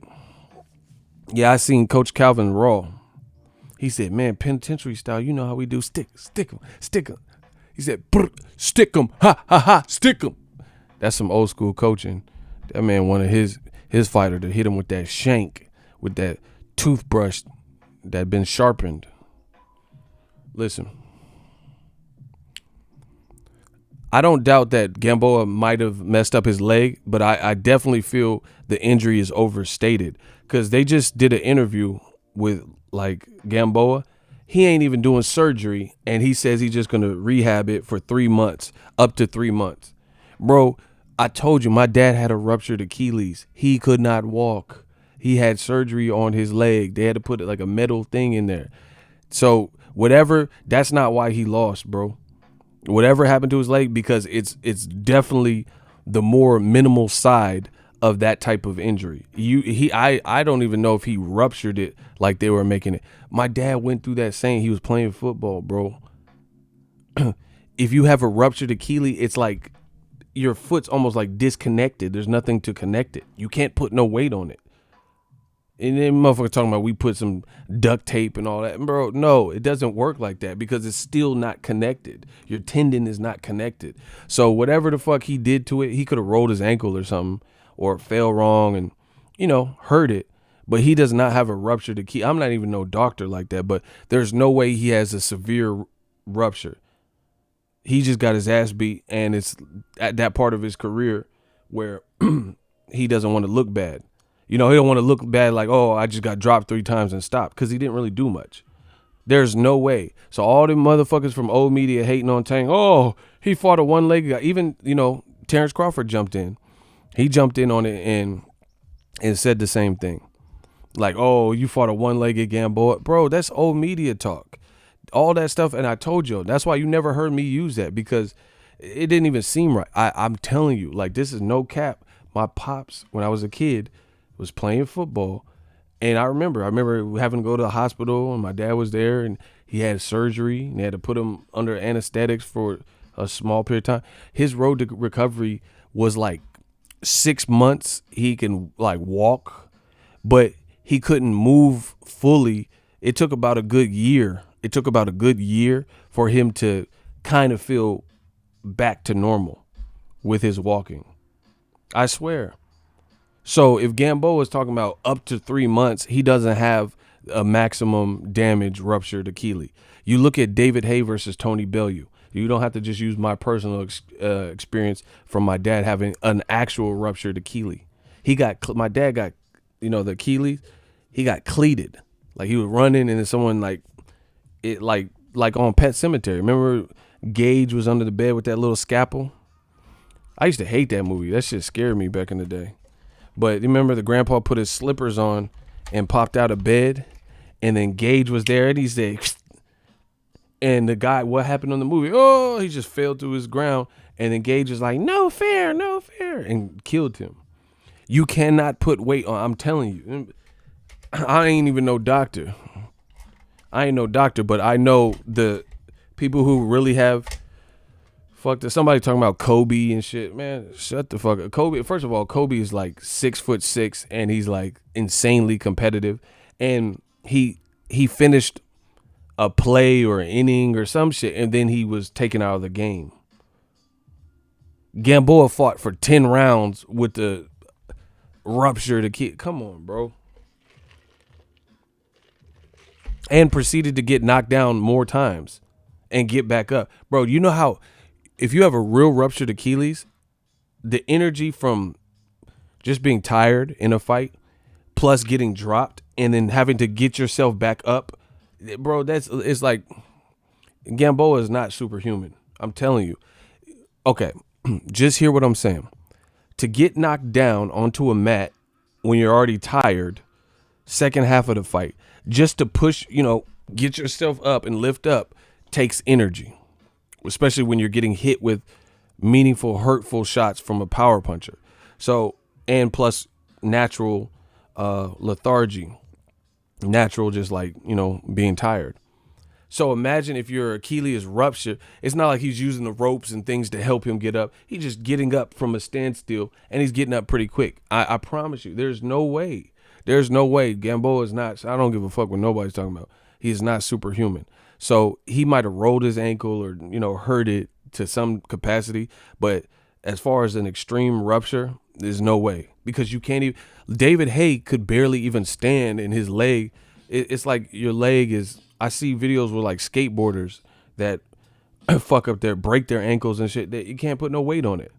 So you mean, he's just trying to sound noble. I promise you. I told my trainer to just tape it and we'll gut this one out. It doesn't work like that. You can have as much heart, listen to me. You can have as much heart as you want, but if your body is failing you, then your body is failing you. Like, let's say I fought Wilder. I can have all the heart in the world. Heart is not going to stop me from not getting knocked the fuck out.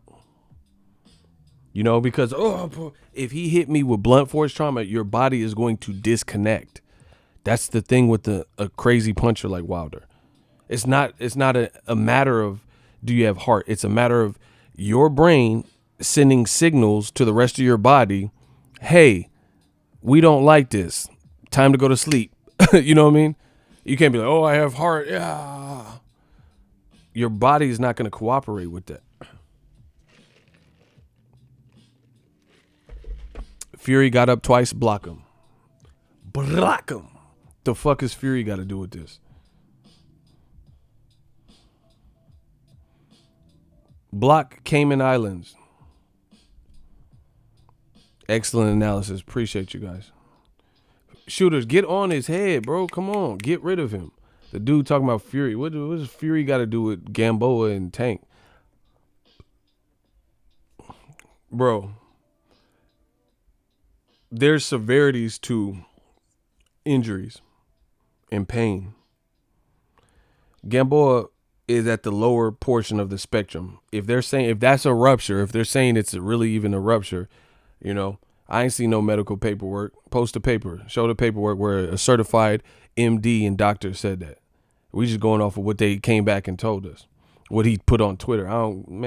More than meets the eye. Show me what accredited doctor said that he has an actual devastating rupture to his tendons. Bro, ACL, MCL, meniscus, Achilles, all that shit is nothing to play with. And it affects your coordination, affects your equilibrium and your balance and your ability to stand. Gamboa is not superhuman. He's not this fucking mythical centaur where he can just absorb. People can take different levels of pain, like get shot and drive themselves to the hospital. Okay, I get that. But you can't get shot in an artery or fatal organ or something and necessarily do that. And if you do that, then you're one of a very small percentile. You know, Gamboa is just trying to sound noble and warrior-like because he wants to extend his career and keep fighting, period. So as soon as I seen that, once again, Ego Stradamus, I've been vindicated.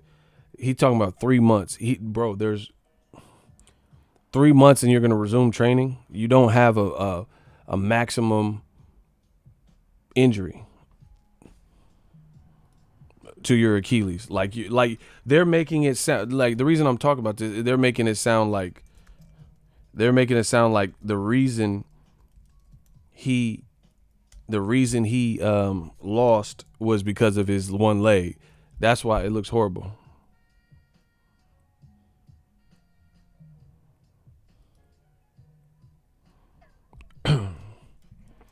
Like Tank was finna get his ass beat had it not been that. Y'all gotta know.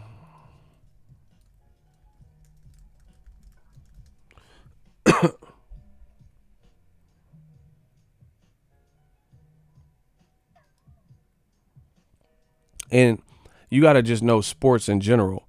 Another person that plays with the Niners now, Richard Sherman, he had a torn Achilles. And he was out for a minute.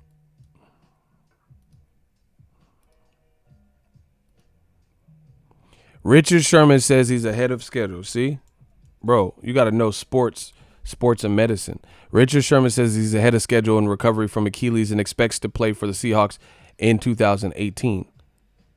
So he's ahead of schedule. And see, I guess I'm more ahead of schedule than the doctors thought I was. I'm trying to see if it shows. I could probably be ready and go in a mini camp, but they won't let me do anything. And I'll probably be out there running, but they won't let me practice. And he had surgery on it. Gamboa's not getting surgery. Yeah, Kobe ended up retiring. Bro, I'm not buying it.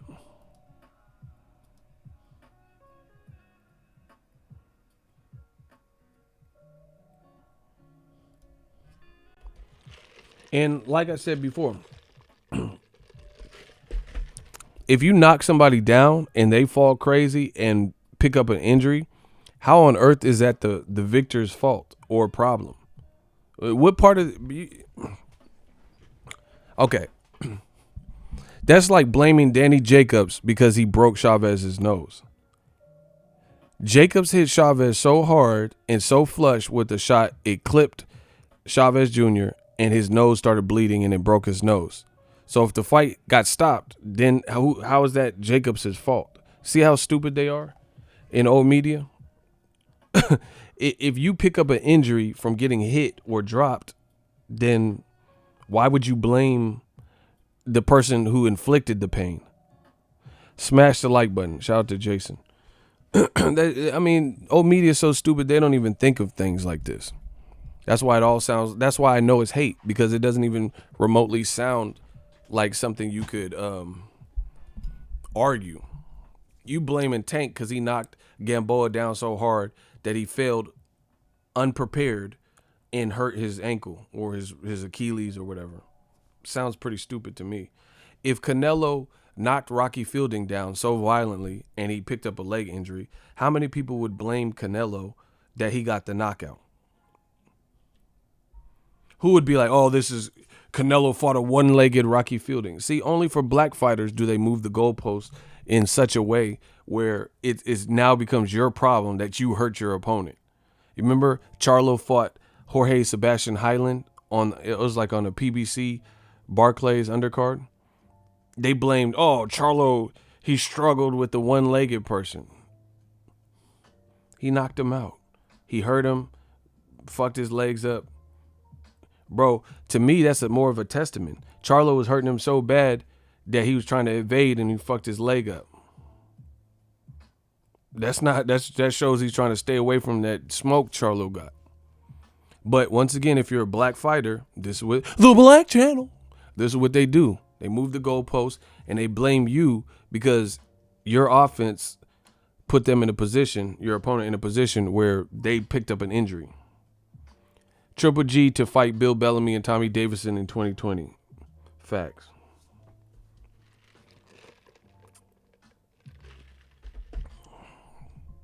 Nobody else gets judged like this. Nobody. And then like Orlando Salido broke Mikey Garcia's nose. You don't see a bunch of people hating on Mikey Garcia. You might have seen some people, but you don't see a ton of people. You don't see people blaming Mikey Garcia. Some people said he quit, but I never even blame Mikey for that. But if you're a black fighter, then all of a sudden it becomes your problem. It's your problem that you hurt Gamboa and he's now one-legged. That's a testament to you. And some people don't know shit about boxing so much to the point where you don't understand. If a guy picked up an injury and he feels the power and he feels the offense, then he might just be in survival mode. So once again, it becomes harder to look glorious versus a person who's not trying to win, who's only there to survive, i.e. Gamboa, i.e. Brandon Adams versus Charlo. You see? Like, so people are looking at, oh, you should have been able to do away with him with one leg. Not really, because that one leg has put him in a position where he's become the prey and he's picked up an injury and he felt the power that dropped him. And let's say his leg is feeling funny. Now he's not, he's more hesitant and more switched on and cautious. Had he had two legs or no injury or not felt the power, then maybe he wouldn't be as cautious. But if somebody hits you hard as fuck, nobody's trying to get knocked out for people's entertainment. Like who's like, yes, some people are willing to get knocked out, but it's not like, I ain't never met a fighter that says, yes, I want to get knocked out in front of millions. I ain't never met nobody like that. I know people who are willing, like, hey, don't pull it out, don't stop the fight. I'm willing to, if that's what happens, I'm willing, but there's a difference between wanting and willing. There's a lot of things I want. You could want Kim Kardashian, but is she willing to, go on a date with you? These are two different things. Wants and will, those are two different things. So that's just that. Fight or flight becomes just fight. That's what I'm saying. So you have to understand, like, people are in survival mode. It becomes harder to pin them down because they're like, okay, he already touched me up, hit me with some hard shit, and my leg is feeling funny, and he hits hard. So now it becomes more of a challenge. But he might run into something if he was full of confidence, and then Tank caught him with something, So that's just boxing. If a guy's in survival mode, it's going to be... It says 0 people are watching my stream right now. YouTube be tripping, bro. It literally says 0 people are watching. So I'm just talking to myself. Yeah, y'all are typing comments, but 0 people are watching. So anyway, people are stupid, and that's how I know they're looking for a way to hate on Tank. Smash the like button. It's because they're blaming Tank because the guy got hurt and dropped and picked up an injury. Sergio Martinez fell so awkwardly he tore ligaments, and his career was never the same after the Chavez Jr. fight.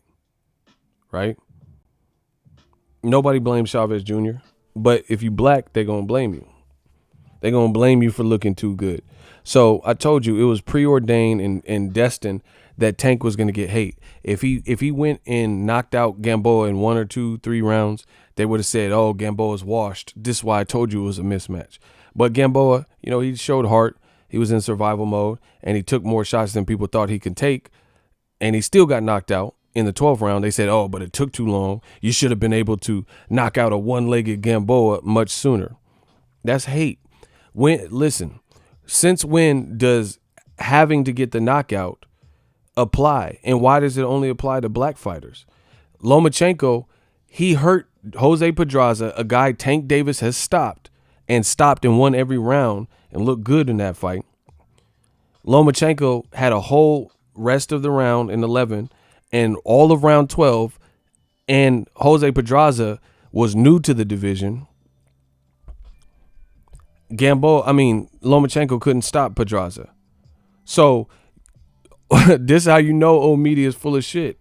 How come Lomachenko hurt Pedraza? It didn't even look good in that fight. Tank won every round and stopped him and dropped him throughout.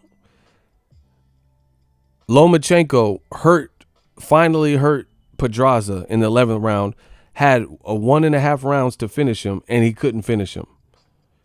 But old media didn't say nothing about it. They didn't say, oh, Lomachenko, how come you couldn't get the stoppage? Why didn't you stop him? Tank stopped him.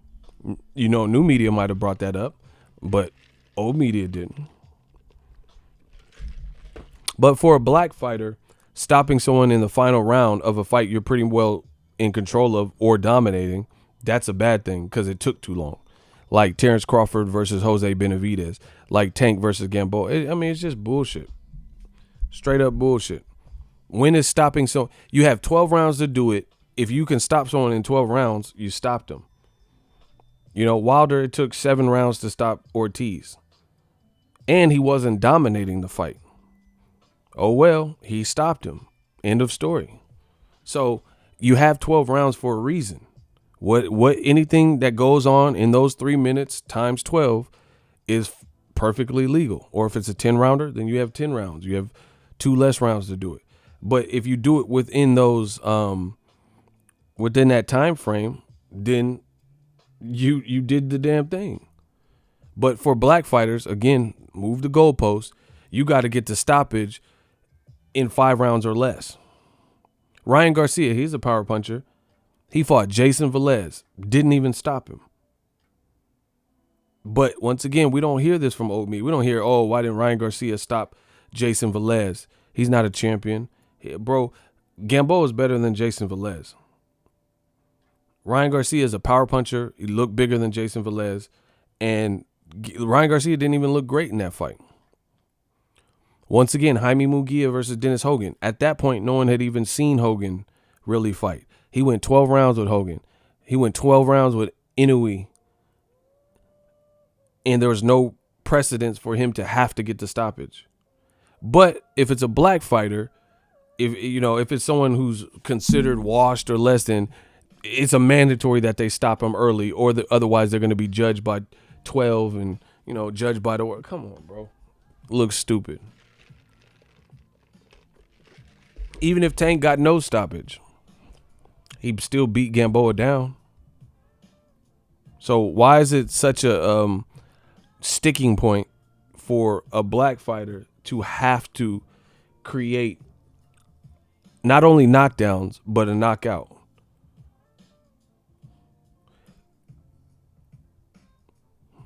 Why? I don't understand it.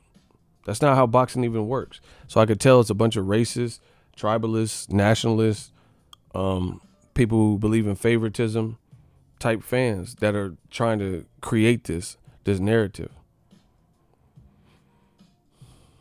Chavez, and the funny thing is, you look at other fighters, there's a ton of non-black fighters, Mexican, white, blah, blah, blah, right? And they'll fight a guy who no one even wants to see him fight and have severe supreme advantages, like where they're way big, like Chavez Jr. Chavez Jr. fought Brian Vera, and he was way bigger than him, and he didn't knock him out. So how does that work? So Brian Vera got knocked out by James Kirkland. Chavez Jr. was way bigger than Brian Vera, and in 2 fights with Brian Vera, the much bigger Chavez Jr. didn't knock him out. Marcos Reyes, who David Lemieux was blasting up. Dominic Britch. These are guys, random guys that Chavez Jr. had fought that he didn't knock out. So once again, I ask you, why is it that a black fighter not only has to do 3 knockdowns, but they have to create a knockdown? Especially when in some of these other scenarios, the other guy is way bigger. Like Chavez Jr., he was way bigger than all them dudes. Dominic Britch, Brian Vera, definitely. Marcos Reyes, he bigger than all of them, missing weight, all types of shit. And he ain't getting 3 knockdowns. He ain't dominating, and he ain't stopping them. Those all went to decision. So why is it for a black fighter that they have to do that? That's what I need to know. Lomachenko, I used him too. He doesn't have to stop Jose Pedraza, who Tank stopped. He don't have to stop Luke Campbell. But if Tank don't get the stoppage, then it's horrible. And they try to celebrate Lomachenko's opponents to make them look like Luke Campbell or Jorge Linares. They're like, these were these guys that nobody can beat other than Lomachenko. That's not true. Linares had 3 losses by the time he even fought Lomachenko. So clearly he's beatable. And I think 2 of the 3 were from stoppages. I don't think it was 3 of 3, but at least 2 of them were stoppages by the time he even fought Lomachenko. So he was a guy who definitely was beatable because he had 3 losses that he carried in. It's looking bad for old media already, 2020.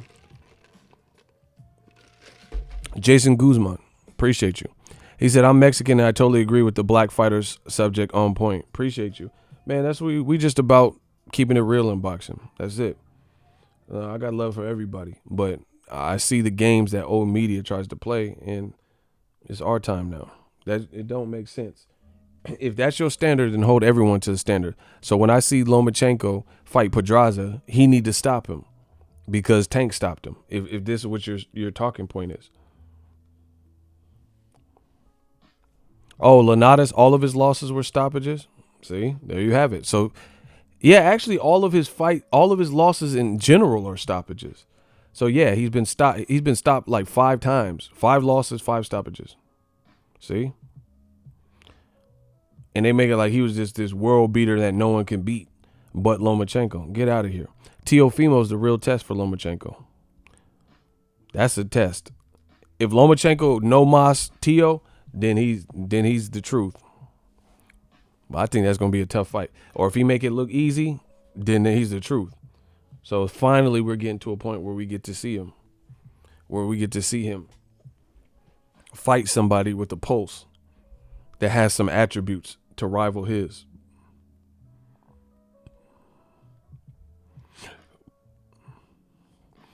Hey, off subject. I was watching Forensic Files. I don't know if y'all seen my post. This dude, he like raped and murdered some people, killed them or whatever. And they had an actor playing the guy. Bro, I put it on. He looked like Dillian White. I was like, damn, Dillian White started Forensic Files. Bro, he's trying to get a Wilder shot. He wanted for murder. Bro, don't that look like Dillian White? I don't know how hard it is to see, bro. Bro, this dude looked like Dillian White. I posted it. You guys got to check it out, bro. Man, I don't know why. Bro, you ain't never getting a Wilder shot if you wanted for murder. What the fuck?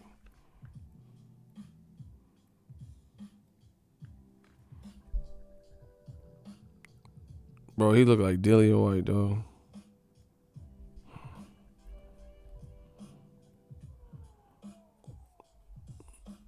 I was like, damn, Dillian on Forensic Files and shit.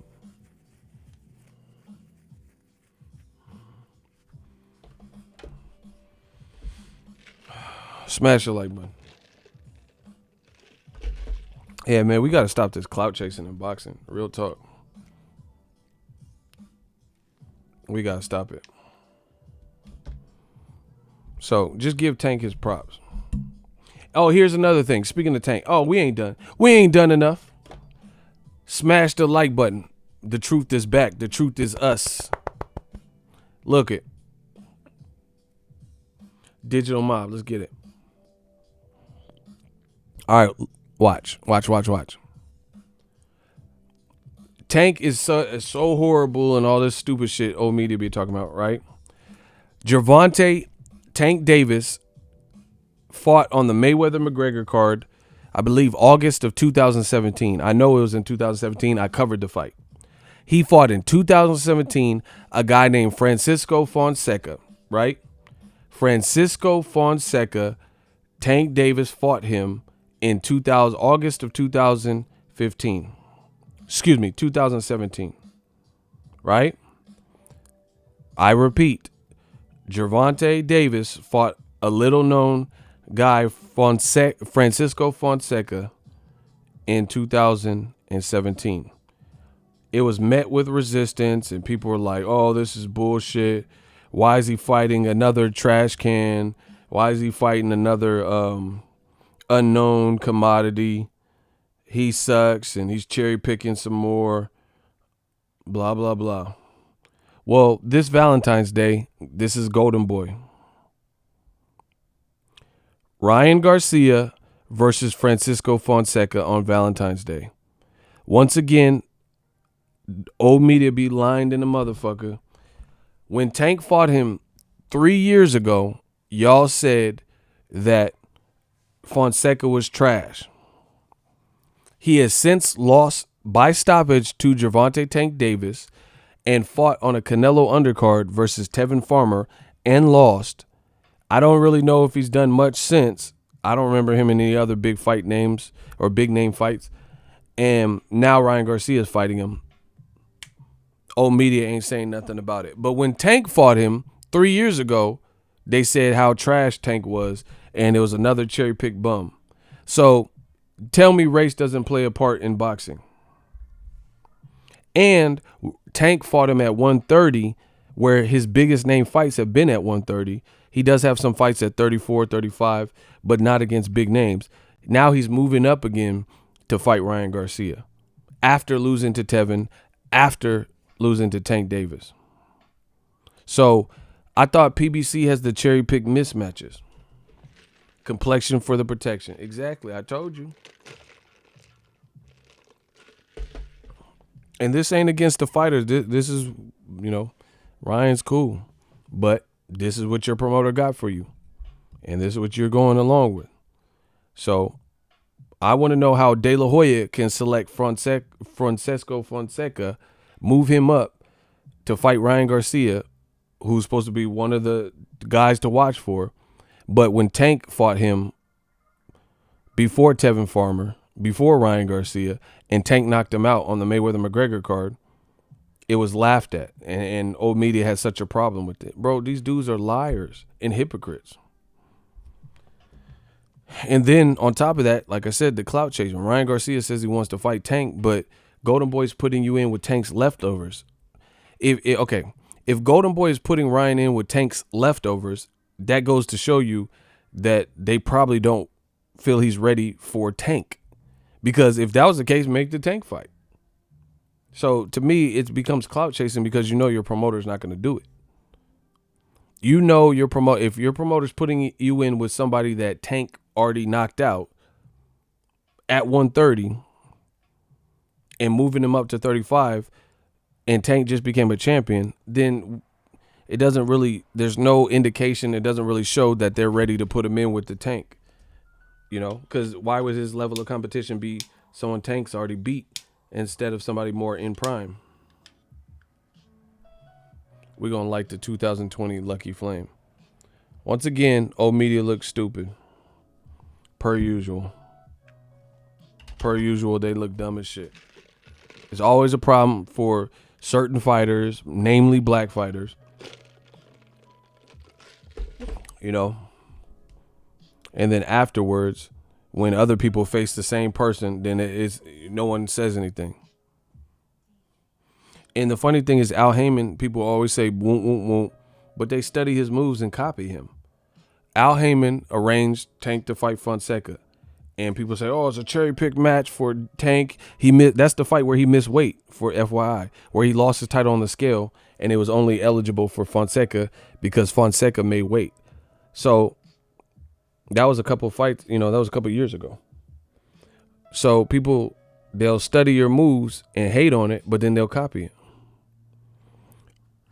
Yeah, that's where Tank first missed the weight, and he's missed weight 2 other times since. One other time, he missed weight in the Liam fight, but then he made it within a second try or something. So that was the first time he missed weight, and this is who they're putting Ryan Garcia in. Once again, how come Mexican-American fighters, white fighters, non-black fighters, anybody, Ukrainian fighter, anybody who's non-black, they can fight whoever, and it's not shamed upon, it's not looked at no type of way. But then black fighters, especially PBC guys, it's always scrutinized. Oh, why is Tank fighting him? Why is Badu Jack fighting this guy? Why is Errol Spence? When is Crawford gonna step it up? Won't. Come on, bro. But Jaime Munguia, he ain't fought nobody real. He ain't fighting Hurd. He ain't fighting Charlo. And see, this is a protection agency that people don't want. They don't want him to fight those names, because if they don't feel you're ready for it,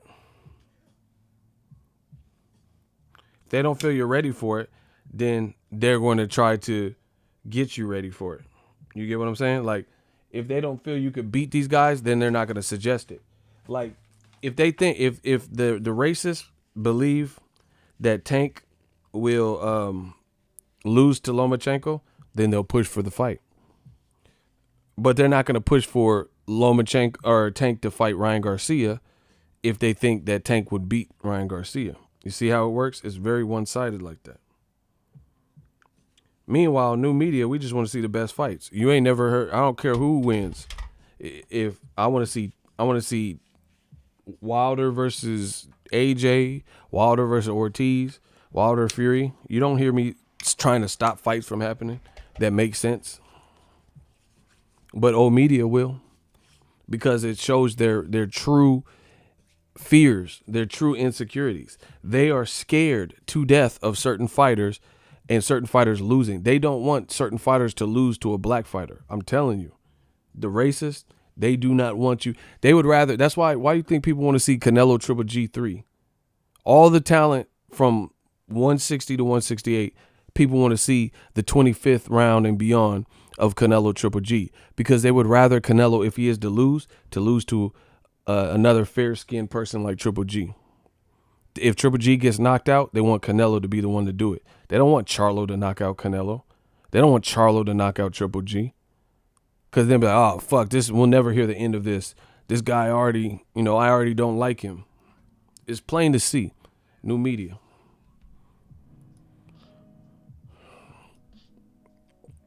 You biased as fuck. PBC ain't shit. Nobody believes you. Okay. They ain't shit, but they put on better fights than any other promoter. I mean, what else you got? Black 'em. Oh, my God. You see how easy it is to kill these motherfuckers? Jacobs versus Canelo. What about that? What is Jacobs Canelo? What are you asking? Y'all gotta, if y'all want to get flamed up in the hot section, the hot seat, you gotta speak complete sentences.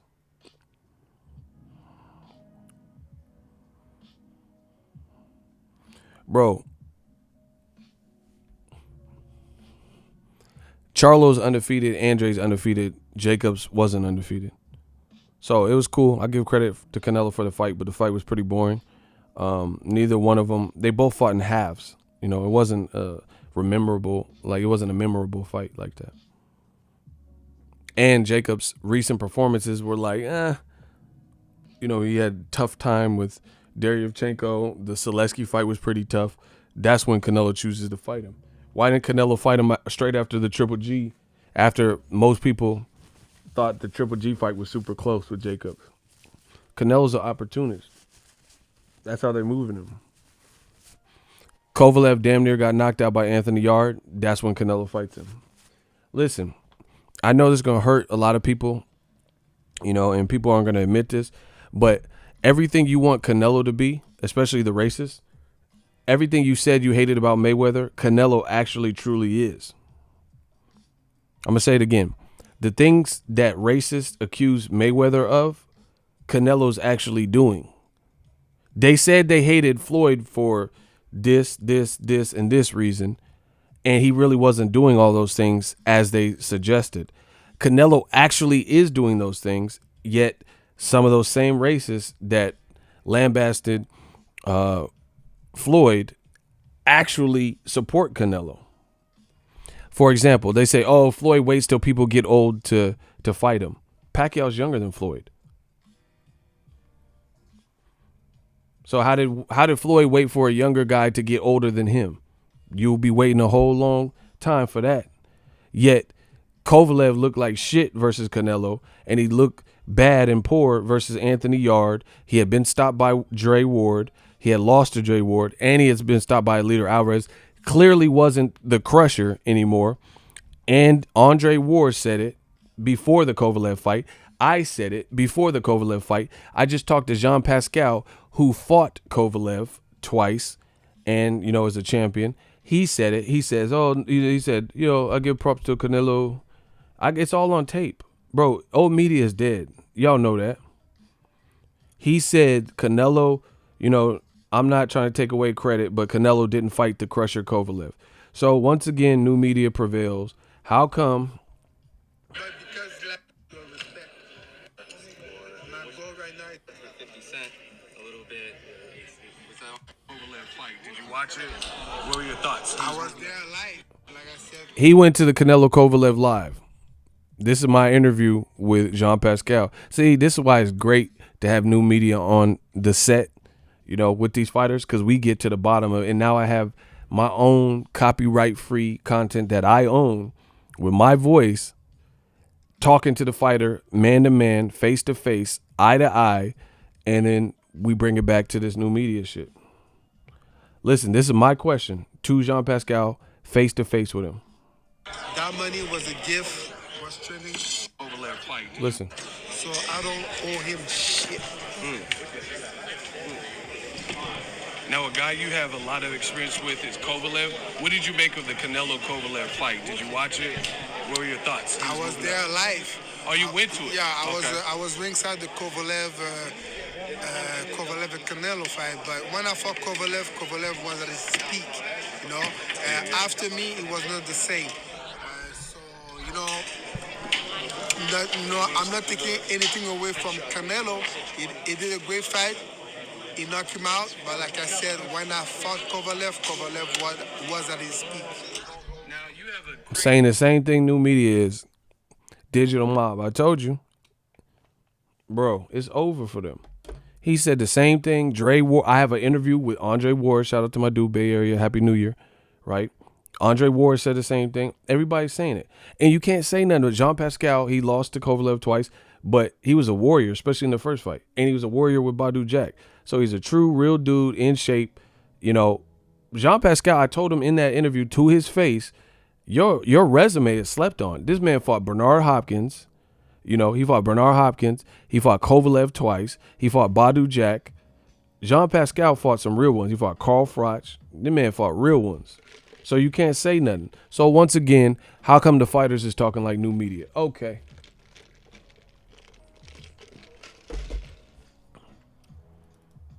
He fought Dimitri Bivol, Uniskiv Gonzalez. Man, you can't say nothing about the man's resume. So let me guess, everyone's just hating on Canelo. Man, come on, stop that. Smash the like button.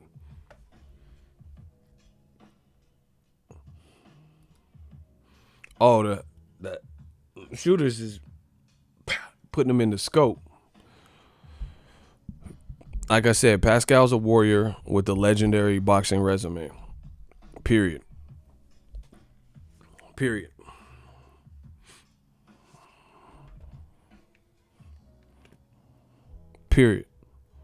Say what you want. That's the fact of the matter. So, old media running out of excuses. All they can say is, oh, you're hating on Canelo. Oh, you just hate Canelo. All this bullshit. Nobody buys it. Nobody believes it. That's all they can come up with. Oh, man. Look at this. This is the boy Icy. Look at Icy. Look at Icy, what he's doing. It's a reason you want to cancel. What the fuck? Hearn and his stupid decisions. Bro, look at Icy. He going off. Bro, look at Icy. Look at Icy. Bro, Icy going crazy with this DAZN. He canceled. Bro, look at Icy canceling DAZN. Bro, he said you ain't. Look. Uninstalled? What the hell? Hey, Icy, you tripping, dog? Why you do that? You didn't want to pay the 50? Hey, what can I say? New media. I don't know. I didn't tell him to do that. Icy said, man, he said, they ain't gonna get me though. He said they ain't gonna get him with the $50. You see, Icy, he was wilding, bro. This man Blair Witched it. He filmed the canceling. Oh my God. Bro, ain't nobody paying $50. I told you, in America, you got to come through us. New media, we control the narrative. I told you, it's a wrap. You got to give us some better shit. Like they said, like Chris Tucker said on Money Talks.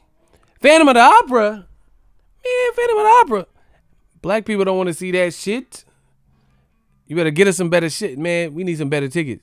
Get us some Luther Vandross tickets or something. Phantom of the Opera? Man, we ain't trying to see Phantom of the Opera. I see a fool with it. Hey, block the one. Oh, shit. Block the one. Get him out of here. Oh, I see caught a body. Bro, new media, gang, digital mob, you got to come through us. Bro, that man documented this shit. Icy going crazy. Icy going crazy in the chat.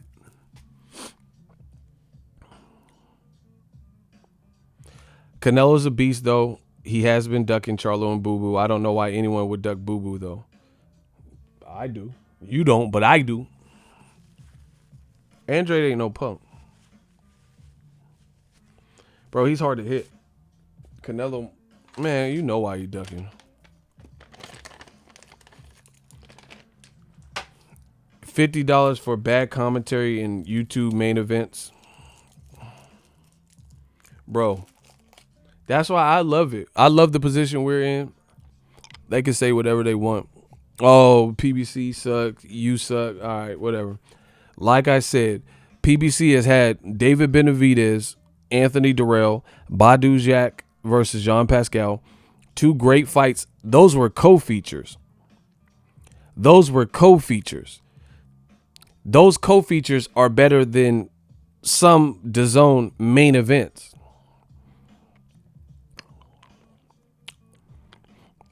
DAZN undercards be kind of trash, bro.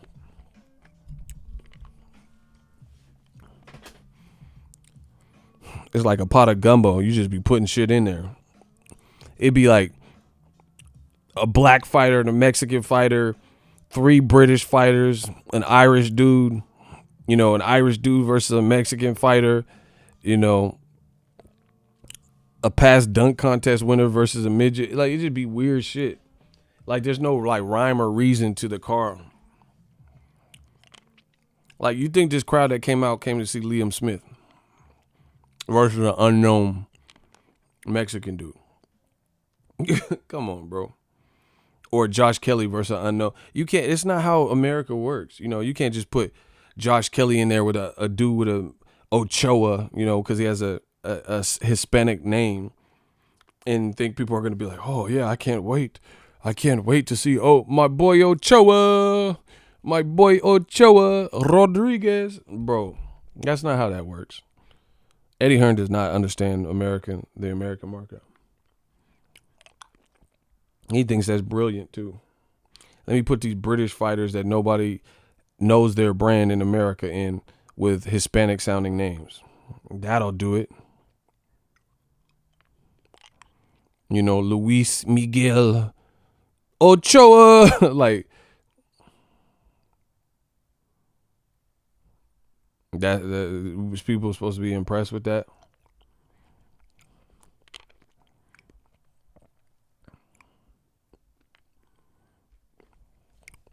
Crazy.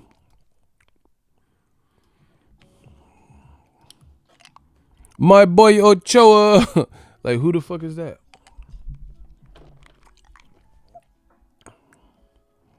No, rematch room, they be having these flyers and shit, and they be looking cool. But I'll be like trying to find how many people I even know who the fuck they are on the flyer. I'm like, who is that? Like this. Here, look, I just went to the first flyer I seen. Name this card. Name any of this. Who is that? What fight is this? Who are these?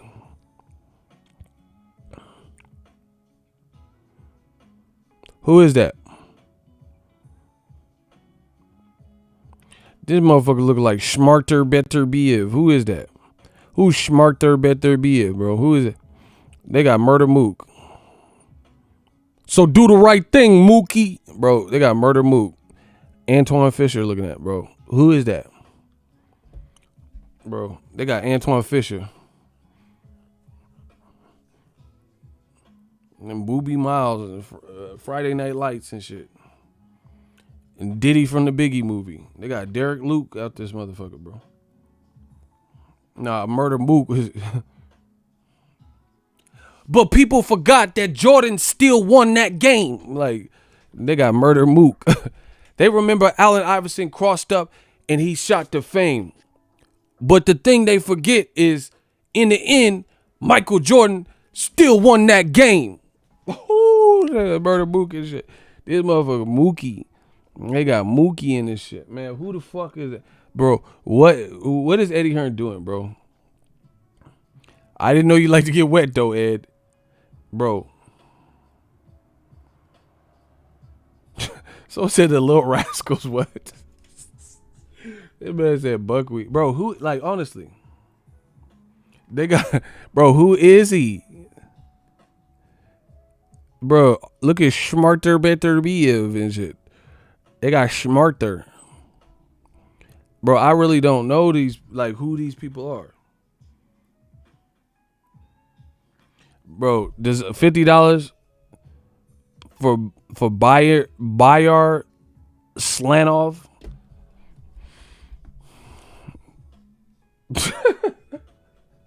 I can't. Shout out to Golden Mask. Jaime Mugi at 54 as a champion. Didn't fight anyone, i.e. Edislandi Lara, fact. Erickson Lubin, Charlo, Hurd, J-Rock, etc. And he lost to Dennis Hogan, who Charlo stopped. Where's the lie?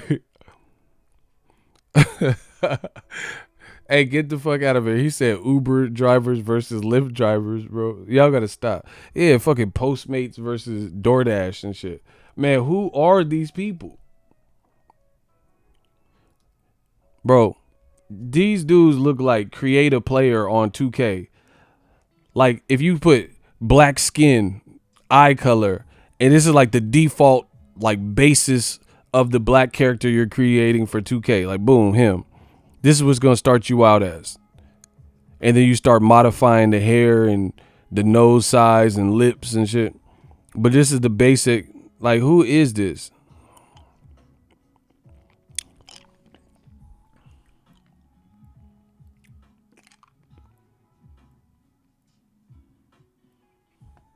Like, I really don't know who these people are.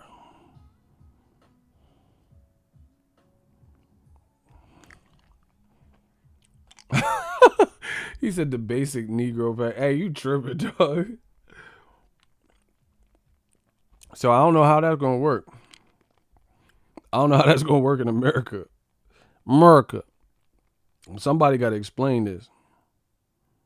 Look, Garcia Vargas, we don't have no idea for the undercard. The undercard going to get announced 2 days before the fight. Bro, how can you win like this? Like, who, like, I'm being so serious. I always like Kell Brook, but who is Deluxe? Kell Brook versus Deluxe. Look, Deluxe. Who is that? Who is it? Guy Pearce looking ass, bro. Who the fuck is that? Man, if you don't get this Starship Trooper looking Deluxe diluted, well, who is DeLuca? Diluted, DeLuca, Deluxe. Bro, get Deluxe up out of here. Who is Guy Pearce? Like, who, like, honestly, I'm being real. Motherfuckers sound like he got a drink on the shelf that compete with Ciroc. Man, put that Ciroc down, get that Deluxe. Man, I ain't drinking no motherfucking Deluxe. Look, they got Dave Allen with no opponent next to him. He just who that? Who is this?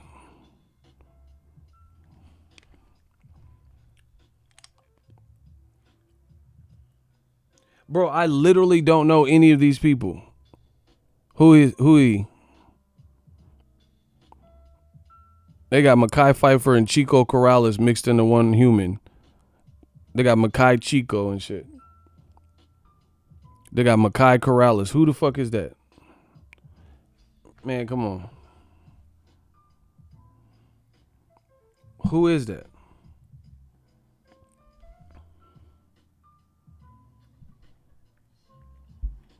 Who is he? They got Beastmaster fighting. Son of Kurt Russell looking motherfucker. Bro, who is he?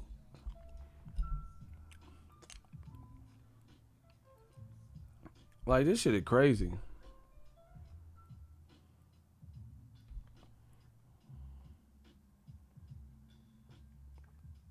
They got Andre fight. Look.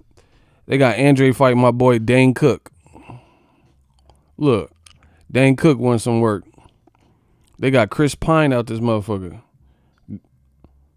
You know. No, what's dude from Guardians of the Galaxy and Jurassic Park? What's his name? Chris Pratt. Yeah, they got my boy Chris Pratt fighting on this card. Man, he was in Jurassic World looking ass, bro. Chris Pratt. Shout out to Pratt. The Pratt tat tat tat.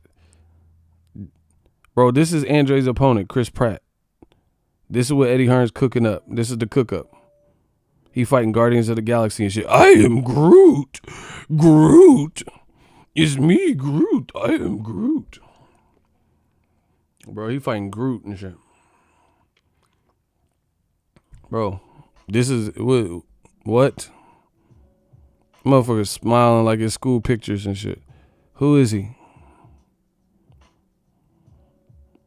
Bro, who? This is $50? Okay, I know Jake Paul. But who is this other dude? He looks serious about this shit too, bro. That motherfucker look real serious about this.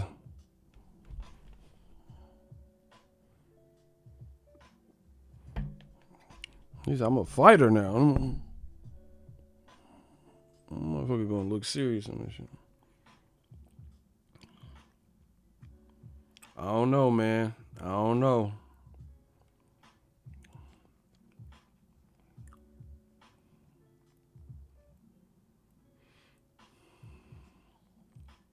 This shit is crazy. And why is Eddie Hearn trying to mix in YouTube fights? Like, what part of the game is that?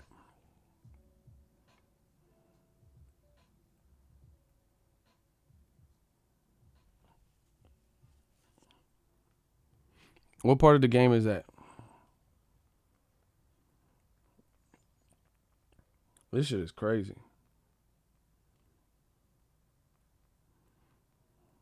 This shit is real life crazy.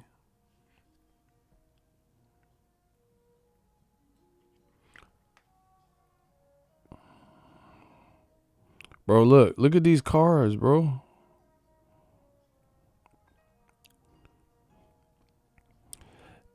They got my boy Ford fighting Schmikey Garcia, bro. Who is this? This Schmikey. This the homie Schmikey. This motherfucker Schmikey Garcia looking at it, bro. Who is this? This Schmikey? Schmikey Angel Garcia? Bro, who is that? That's what I'm saying, bro. I don't even know who these people. I don't know Schmikey.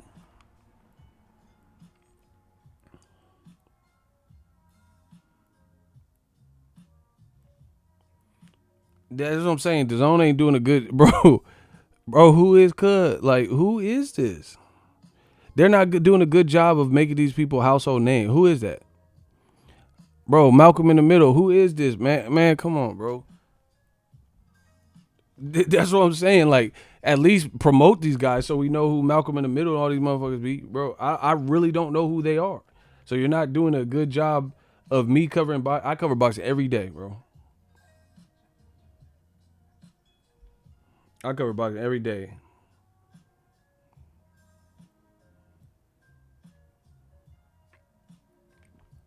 Bro, who is, like, this is what I'm saying, bro. Like, who? Son of Ghost Dog. Like, I don't know who these people are. They're not doing a good job of bringing them to the masses.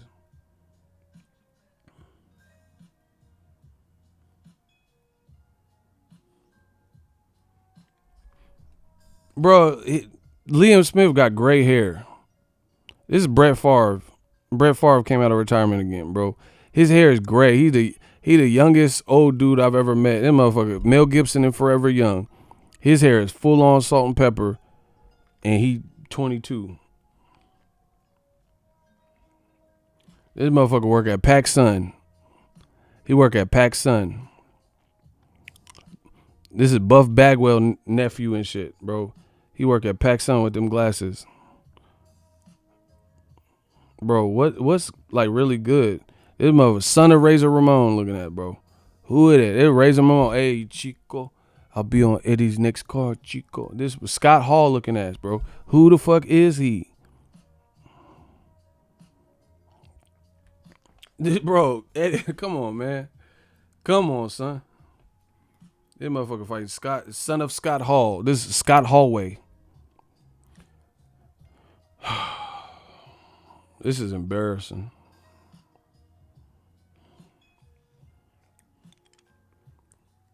Look, Josh Kelly, Blank Check. He the little boy from that movie. Remember that Disney movie, Blank Check? The motherfucker had a blank check, Mr. McIntosh and shit. Bro, he fighting the kid, the Blank Check kid, bro. Who remembers that movie, Blank Check? Motherfucker started buying hella shit. He got that blank check. It was a Disney movie. Y'all remember Blank Check? Badass little kid stole a check or something. Started buying whips and houses and all type of computers. I am Mr. McIntosh. This is him right here, grown up. Zac Efron looking motherfucker, bro. This motherfucker fighting Blank Check for a Blake check. Macintosh.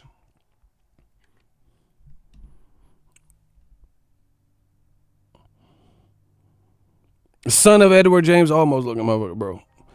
That's American me. It's American us. I don't know none of these people, bro. So, whatever, they got to fix the program. Motherfucker fighting Edward James almost and shit. American us. I don't know none of them. So, they got to get 2020, you got to bring it. You got to bring it cuz I'm really not understanding. I'm really not understanding the vision. Or at least for American Takeover.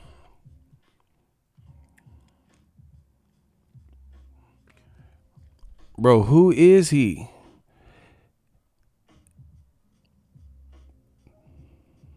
Bro, who is...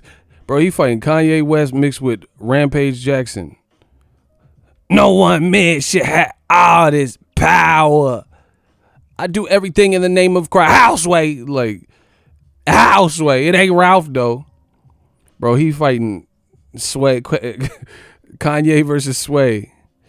It ain't Ralph, though. No one man should have all this power. Oh, I had dreams. You can't tell me nothing. Oh, bro, he fighting Kanye to the hand. He's still a nigga in a coupe. Looking at us, bro. Who is that? Somebody said.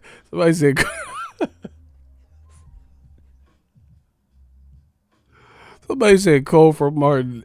Cole, you stupid. You see, that's what I'm saying. Bro, he fighting. Who is that? Like, I really need to know these characters.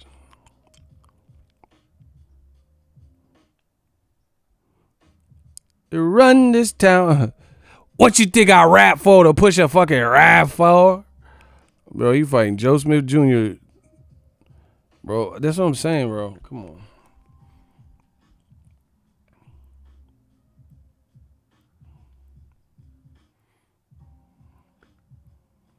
Bro, see, come on, bro. Eddie got to do something. This motherfucker fighting a random stepfather.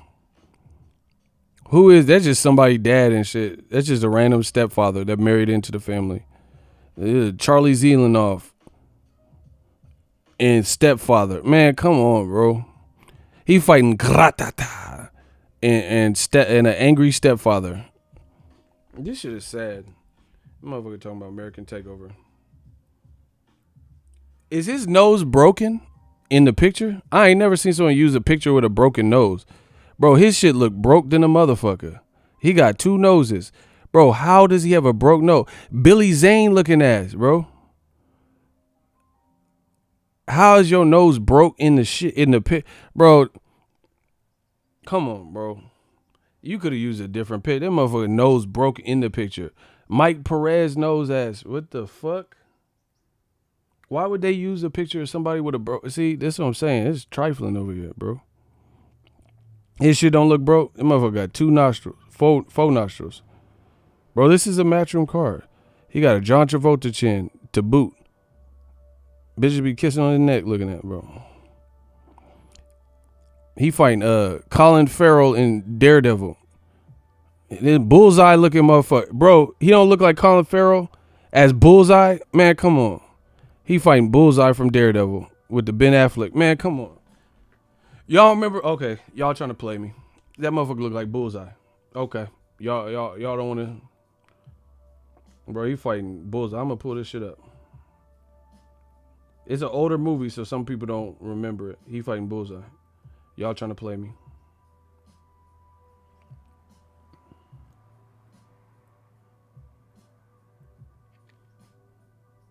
Look, that ain't Bullseye.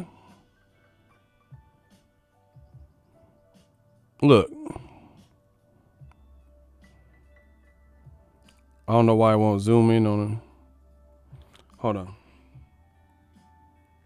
He ain't fighting Bullseye? Let me just get a picture. Man, that's Bullseye. I know, I grew up on Marvel Comics. I know fucking Bullseye when I see Bullseye. Yeah, I watch all the Daredevil. What's the name? Matt Murdock? Yeah.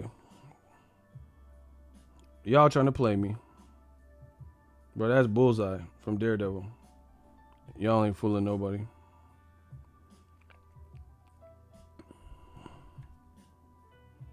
Bro, bow. All right, Bullseye from Daredevil. This is him. Right? Picture this. That's Bullseye from Daredevil. Look, he just shaved the shit. He just shaved the mustache a little bit. That's him. Bullseye. Boom. I'm on point like Target. Bullseye. I told you that Bullseye. This shit crazy.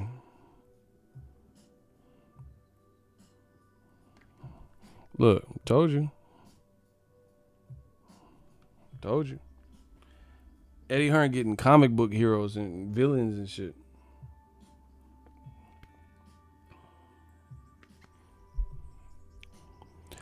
Scardina? That sounds like a hood chick from North Philly.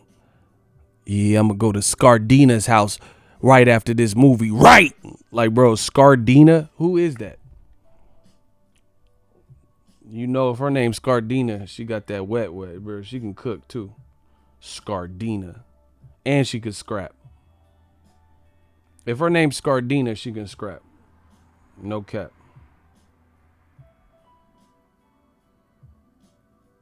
Man, come on. Come on. This shit ain't making no sense. Somebody said Dr. Evil looking ass. 1 million trillion fulfillion dollars. Man, come on. I don't see how you gonna win. $50? All right. Holla back. Scardina from North Philly, bro. Bro, that sounds like a project chick. Yeah, Scardina beat Rasputia ass the other night. Yeah, man, fuck what you talking about. She was beating that ass. Scardina. Bro, Scardina sound like a freak. Cause I will be a freak until Scardina Howard. Cause I will be a freak until the day, until the dawn. And we can bump any time of day. It's so good 1 to the 2 to the 2 to the 3. Scardina, do you want to get freaky with me? 1 to the 2 to the 2 to the 3. Scardina, do you, bro? As I will be a freak until the day, until the dawn. Bro, someone said Scardina versus Starkeisha. Bro, or Sharkeisha. I'm sorry. Y'all really tripping.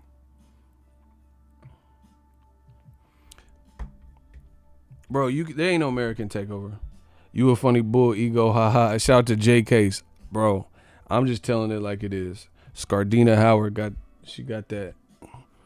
She will serve you. She'll serve you multiple things. She'll serve you them packs probably.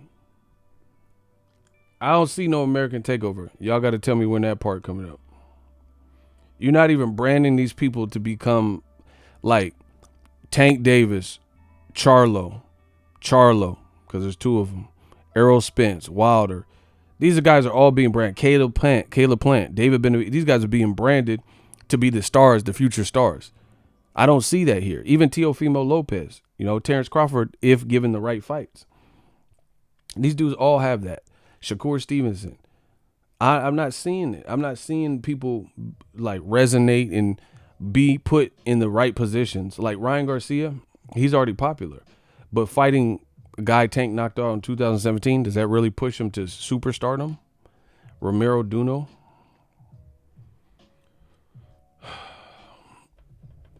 And Eddie Hearn talking about $50. Man, 50 my ass. That shit better come with a happy ending for 50.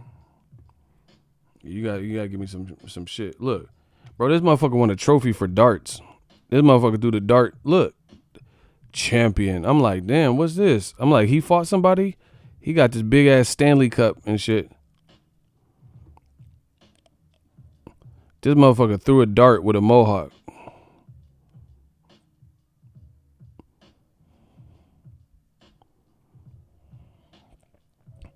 He looked like a cool ass dad and shit.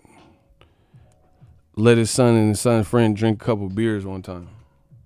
You ever had someone like that? Their parents didn't care. You in high school, they let you drink beers at the house and shit. You're like, man, I'm going to Timmy's house. Timmy ain't got no fucking rules. You be at Timmy's house at Monday through Sunday because there ain't no fucking rules in Timmy's house. Yeah, I used to like white friends like that. I knew a dude named Ian. That shit was the Wild Wild West of his house. Bro, I went to his house one time. His parents was gone. Like, they would leave midweek and shit. He be throwing parties and shit on school nights. This shit was wild. Bro, he had a party, and then I went to his house the next day. It was like a cartoon and shit. There was a banana peel on the ground. I'm like, damn, I ain't never just really seen a banana peel on the ground. Like, what type of party was we having? Like, bro, it was literally like on some Mario Kart 64 shit. It was just a full-fledged banana peel. Someone just threw it on the ground. Motherfucker, dirty than motherfucker. He just threw a banana peel. It was just on the ground. That motherfucker slipped and slip and shit. Hey, don't nobody want to get hit with that banana peel on 64, that Mario Kart. Donkey Kong used to be like, motherfucker spin out and shit. That banana peel, when you shoot that banana peel out, drop that. Motherfucker spin out. That shit was crazy. I'll fuck people up on Mario 64. There's this one point where you can go all the way to the right of the screen and then make a sharp ass turn and then hop the course. Once I learned how to hit that bitch, I would hit that hoe. Cheat. But you had to come in at a right angle. And when you're going over this hump, you just push it and then hit the jump button. Cut the whole course and lap everybody. Anyway. If they were going to lose money like this, they should have given Dazn away for free for the first year, then try the $9.99 subscription. Bro, it don't make sense. They've been out long enough to start showing the semblance of making sense. They're not even trying. They're not even trying, bro. Like somebody up top talking about, oh yeah, the Black Channel. I think I should give Triple G $15 million for Steve Rolls. You don't know fuck all about boxing. You thought that shit was finna sell.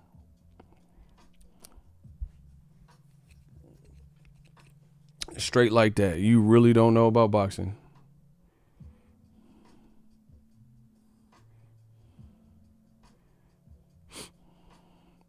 A year pass is gonna be in 500. Bro, DAZN in a year from now, at this rate, unless they step it up, DAZN finna be like, I got these cheeseburgers, man. Please, man. I got the bro. They on the verge of that. A year from now, if they don't step it up immensely, DAZN finna be, man, I got these subscriptions, man. 50 a month. Please, man. I got these cheeseburgers, bro. It's gonna be looking bad. 50 a month. That's just too big of an ask, bro. That's a utility bill. What? And you don't have enough consistent content for that. Got these cheeseburgers. Man. I got this subscription, man. Man, get that annual pass, man. Please, man. I'm like, hey, calm down. Calm down a touch. Block Jeremy. The motherfucker said, where my niggas at? Bro, get him out of here. Get your stupid ass up out of here. Get Jeremy up out of here. Pow. You going to Wilder fight, best time to buy tickets. Shit, you should have already bought tickets, bro. Shit, they got $500 a piece tickets. You better hurry up.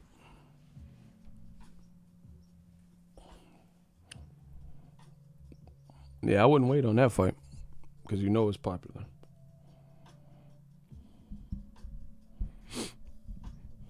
Anyway, we'll see what everybody plans to do, but that 50 a month is capped. If they do that, then they for sure finna have received major backlash. But again, DAZN, I told you this. I predicted this whole scenario.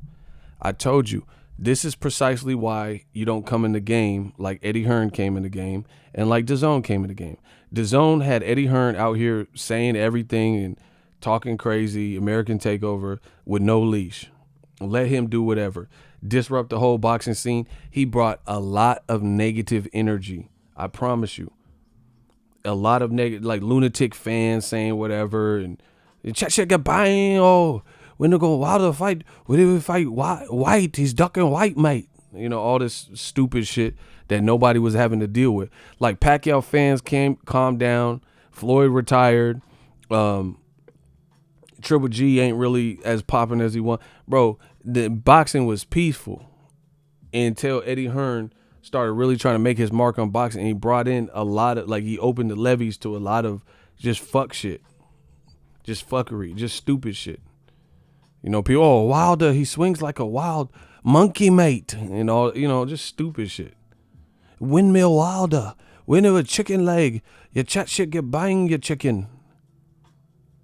All this stupid shit came in the game. Oh, why? Yeah, Wilder's ducking white, and AJ, oh, you're 50 mil.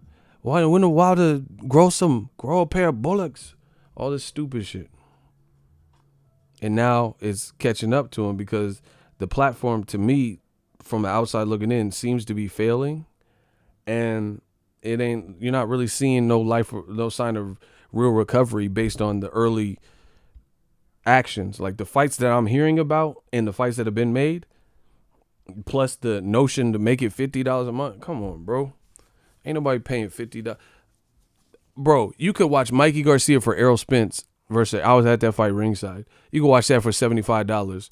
Or watch Mikey versus Jesse Vargas, an irrelevant fight at 147, if they raise the price to 50. Come on, bro. That don't even sound right. And Mikey coming off a long layoff and a loss. And then on top of that, you giving him $7 million. Again, if DAZN continues to not hear new media, right? Not hear new media and do their own thing, good luck to them, because we control the narrative now. You doing everything because you're trying to clout chase Mexicans and Hispanics and Latinos and get the Latino vote, to each his own. But that's not as big of a fight. You might do cool attendance because of the location, but it's still not a big fight like that's going to drive subscribers, in my view. And meanwhile, people like Andrade, he's older and people want to see him step up and get a good fight and a big fight and have wanted that for a while. Right? And he can't get no work with people who's aligned with Eddie Hearn. He can't get Canelo. He can't get, he's not aligned with Canelo, but he's with Dazn. Canelo, Triple G, Caleb Smith, Billy Joe. And you're willing to give Mikey $7 million because that's what you believe that America's about. Clout chasing, you just think, listen, Latino fans are great in boxing, one of the bigger crowds in America, but they're not going to just buy whatever. Especially coming off the heels of the Chavez Jr. embarrassing outcome. You know what I mean? I think people are kind of getting tired of it. And the funny thing is, this is what they do to black fighters. They'll have other non-black fighters and they'll overstate their popularity. Like Triple G. Triple G did good ticket sales, but he's never done good pay-per-view numbers unless he was with Canelo. And that's because of Canelo. Canelo has certified numbers irregardless of Triple G. Like fights that had nothing to do with Triple G, Canelo still had good numbers. The Mayweather fight, the Cotto fight, the Chavez fight, He even did solid versus Lada and Angulo, 300, 400,000. Triple G ain't never done nothing like that on his own. But if you have the complexion for the protection, this is what they want to put as the precipice of what they want to promote a lot of these companies. And this is why they're not winning. Meanwhile, Al Heyman taking chances. If you could scrap and if you can bring an attraction in the crowd and people resonate with you, I feel like PBC is the most diverse. Tank just shined in Atlanta.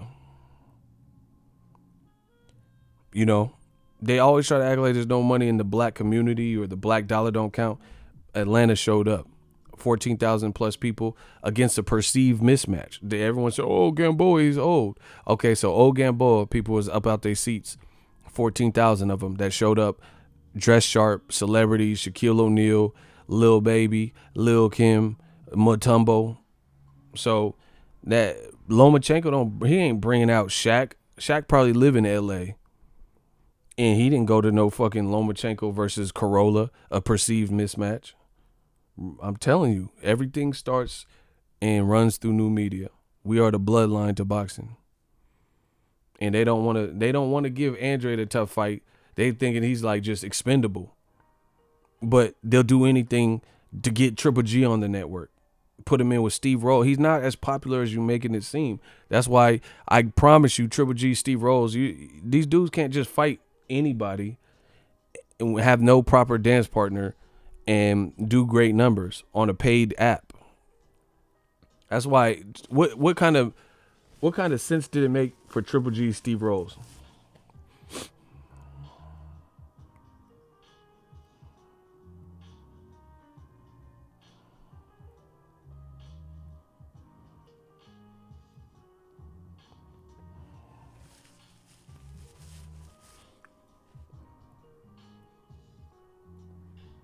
Bro, it's looking bad. Block Debo to God. It's looking bad. And you know what else is worse? People, see, I'm going to put stuff in perspective because I got full creative control. I could talk about what the fuck I want. Listen. Another reason it's looking bad for DAZN, people, you ain't never heard nobody talk about this but me. I'm the trendsetter and I've never been better. Listen, I'm the trendsetter that gets the conversation flowing. I'm the bloodline for boxing. We do this. We created this. Listen, you ain't heard nobody talk about this angle of it. This is why another reason. See, people don't think ahead like me. I'm always ahead. I'm always 7 steps ahead or better. Listen, here's why. He said Steve Rolls Triple G was memorable. That's because he got Triple G posters and Triple G underwears with the red rim. Remember them red rim? You get like Superman, Ninja Turtles with the red trim around it. That motherfucker had Triple G draws with the red trim on it. So, yeah, of course he's going to say it's memorable. But to real boxing fans, nobody gave a fuck about that. You a poet and you know it. Facts. Let's get it. Shout out to my dude, King Corleone. Listen, ain't nobody talk about this angle. World Boxing Super Series. one of the reasons that DAZN, listen to me real closely.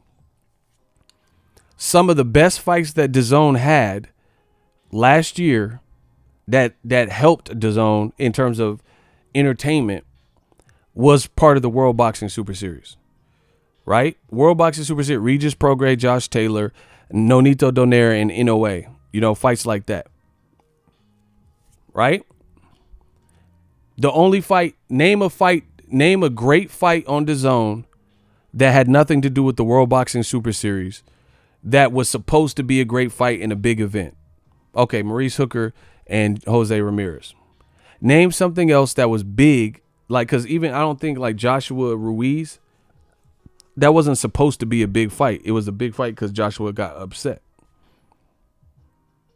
So the only outside of the World Boxing Super Series, the best fights were probably Jose Ramirez, Maurice Hooker, Triple G, Derevyanchenko, which was a mandatory, and Triple G's now ducking Derevyanchenko, and the fight with Joshua Ruiz. Those are probably the best, right? Those are probably the best fights.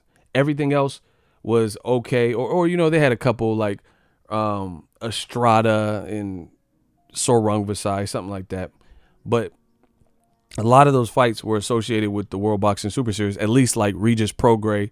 I felt like that was semi-big. And Josh Taylor, good fight. And then Nonito Donaire and Nui. So let's think ahead. Are they even doing another season of the World Boxing Super Series? Because that's one less thing for the WBSS. If they're not doing another season, which I haven't heard about, then that means you can expect even less, because that was a tournament style competition where eventually you were going to get to the best of the best. So are they doing another season of that? If so, what divisions do they even have left that make sense? Name a division they can do another World Boxing Super Series from that makes sense, that's realistic. Yeah, all silent. Silent night, deadly night. What division could they even do? Because I'm not the smartest brother in the world.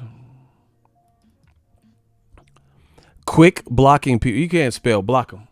He said quick blocking people. You mean quit, dummy. Block. Oh, shit. Listen, name a... Why won't they... Listen, why won't they answer me?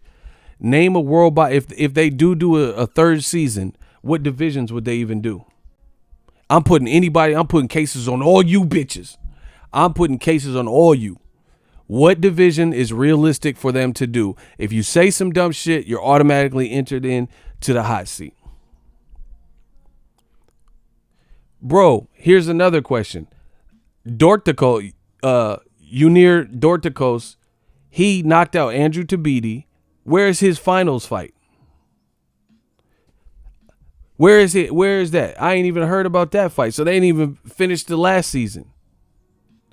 Where the fuck is Dorticos? What was the point of knocking out Tabiti and advancing to the finals? Where are the finals at?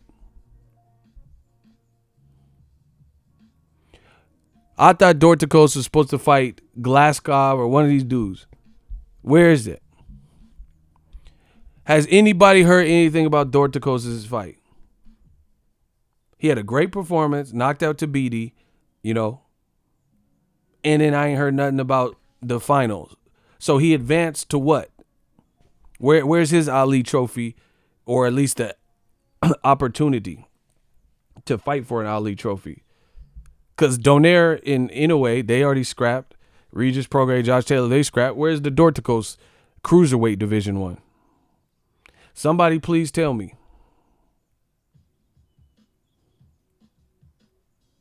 Block Debo 1.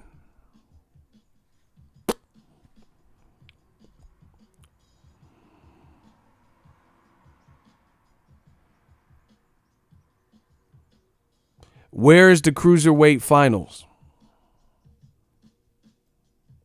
Ain't nobody gonna answer me?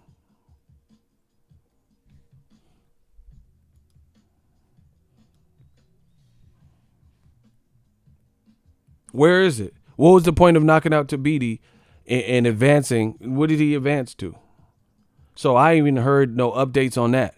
So how are they going to even enter a third season? We ain't even seen the conclusion of the cruiserweight division in the second season. I didn't even remember that. Ego, you right. They never finished it. Yep. That's what I'm saying. Where's the cruiserweight final?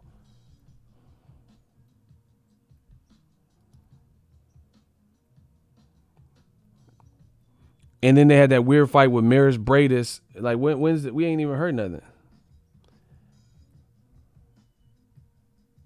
So we have to wait for that. Remember Glowowski? I think he got stripped or some shit. Block Amy. Block pimping. Been pimping since been pimping. Shooters, get on him.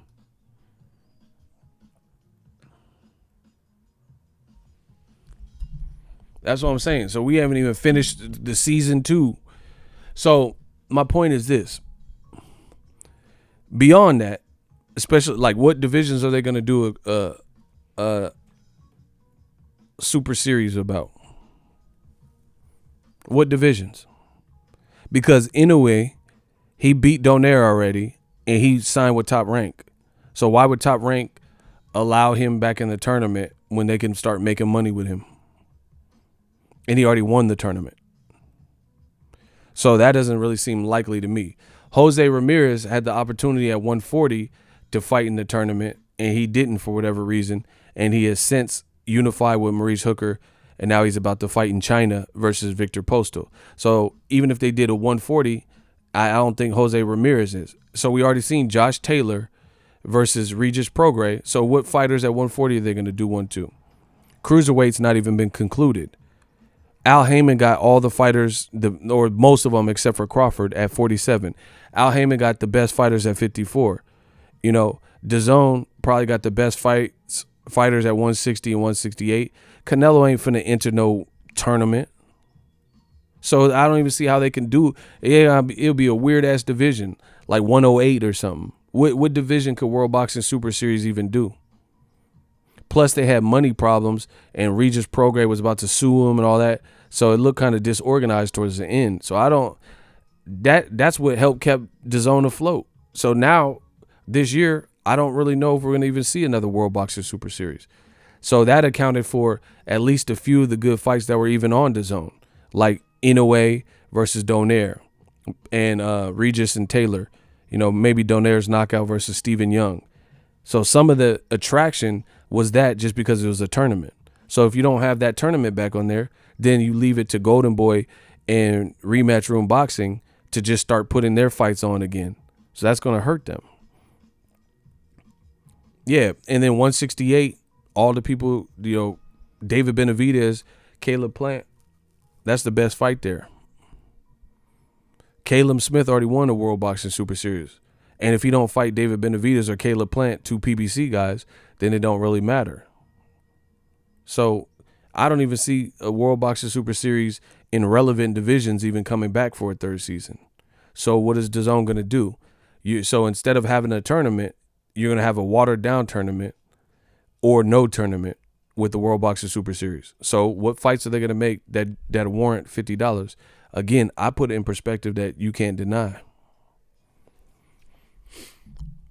You see what I'm saying? So that's going to hurt them too if there's no relevant World Boxing Super Series fights, because some of the best fights that they had were through the World Boxing Super Series and the shit we were anticipating. Like I wanted to see Regis Prograis, you know, fight the guys, and I want to see Josh Taylor, Ivan Baranchuk, and it's a tournament, so you know that helped people follow the fights that were coming up. But now if they don't have that, then that's just one less thing to worry about. And then that means Eddie Hearn and Golden Boy are going to be solely responsible for filling out that calendar. Again, Inoue signed to Top Rank now. So I don't really see, and he already won the Super Series versus Donaire. So what relevant names is he going to fight in another tournament? Why? It's not the Olympics where you're going to try to, your whole life revolves around the World Boxing Super Series when you already got an Ali trophy, you know? So there's no real reason to two-peat. You can just start making money in Japan and making money with Top Rank.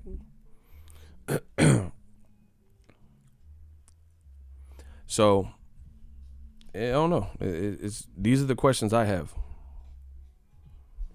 What makes you think they can pay guys that have been making close to $1 million or $1 million plus? Who are you talking to? What do you mean?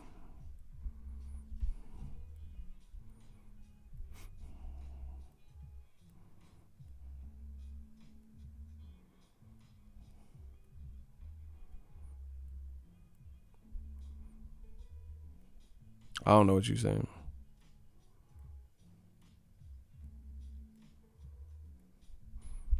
Man, I ain't reading all that.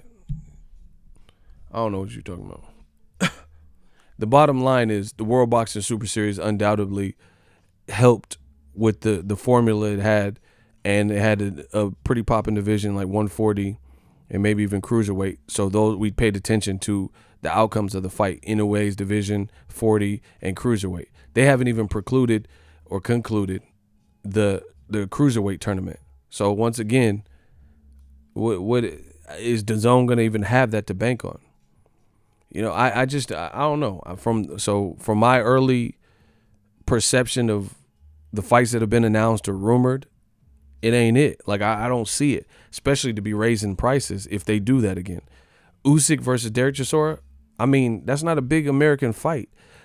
The worst thing they can think of is they got a British guy, a British promoter in Eddie Hearn, who understands the British market and exploits the British market, which he's able to do, and he's trying the same formula in America, and it just simply doesn't work.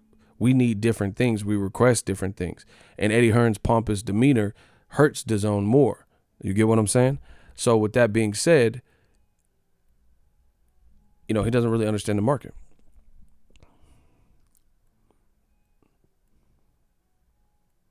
I was saying they wouldn't be able to pay anybody in the popping divisions. Facts. But that's kind of just adding on to my point. You know, how you going to get Danny Garcia? Do you think Danny Garcia going to go fight in a tournament? Al Heyman can do his own tournament at 147. And he kind of is, which I've already told you about. Charlo, why would J-Rock go into a World Boxing Super Series on DAZN when he can fight Hurd? He can fight Charlo, who just got his belts back. He can even fight Tony Harrison for shits and giggles, you know? So they already have bomb fights that they can make without even including DAZN. So once again, how is DAZN part of the tournament style of fights help fill out their calendar? So if they do not have a World Boxing Super Series, or let's say it does come back, what relevant divisions could it even come back to? They've already done it for 2 years straight. So what, like, okay, let's say you do one at super middleweight. Why would David Benavidez and Caleb Plant go over to DAZN if they haven't done it already? So it doesn't matter. Caleb Smith already won a super World Boxing Super Series. So if he doesn't fight David Benavidez, if he doesn't fight against Caleb Plant, then it means nothing, because those are the only guys that he could fight that really makes sense. You know, he can't just be John Ryder and, you know, Liam and a bunch of people out of the tournament like David Benavidez and Caleb Plant. That wouldn't make much sense, would it? You know, what are you going to do? A 175 tournament without Jean Pascal, without Badu Jack? You know, it's just, I don't understand. So I don't even know if the tournament will even be back. Yeah, John Ryder definitely beat him. They robbed him. Like Mekhi Phifer said, they jerked him. Yeah, I miss my little man's A.B. They jerked him. Yeah, they jerked John Ryder.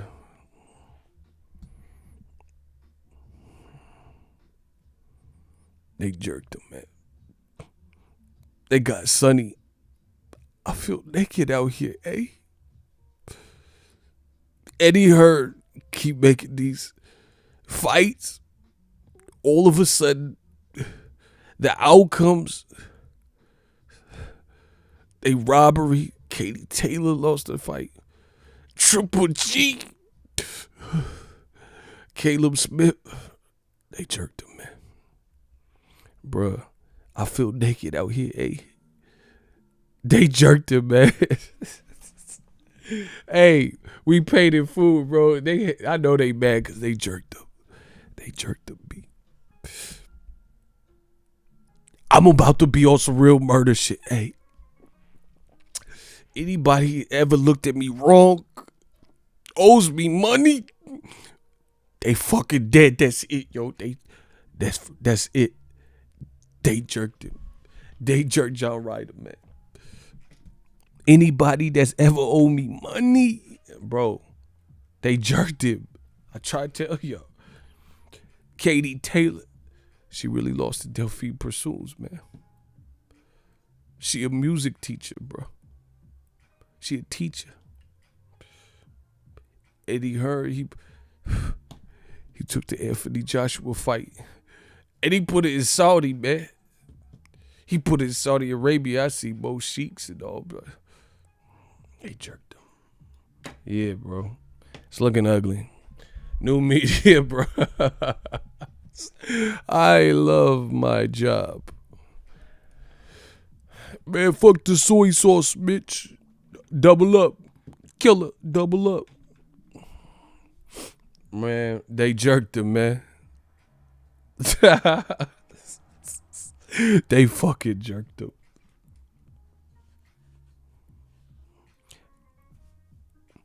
Bro, how's the piece of Patron? I ain't seen one person eat it since the promo. Man, this shit crazy.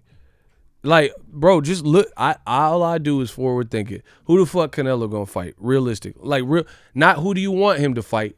Who realistically do you think he will fight? It's not gonna be Andrade, unless Andrade. You have to see what happens with Lucas Keebler and all that. So I don't think it'll be him.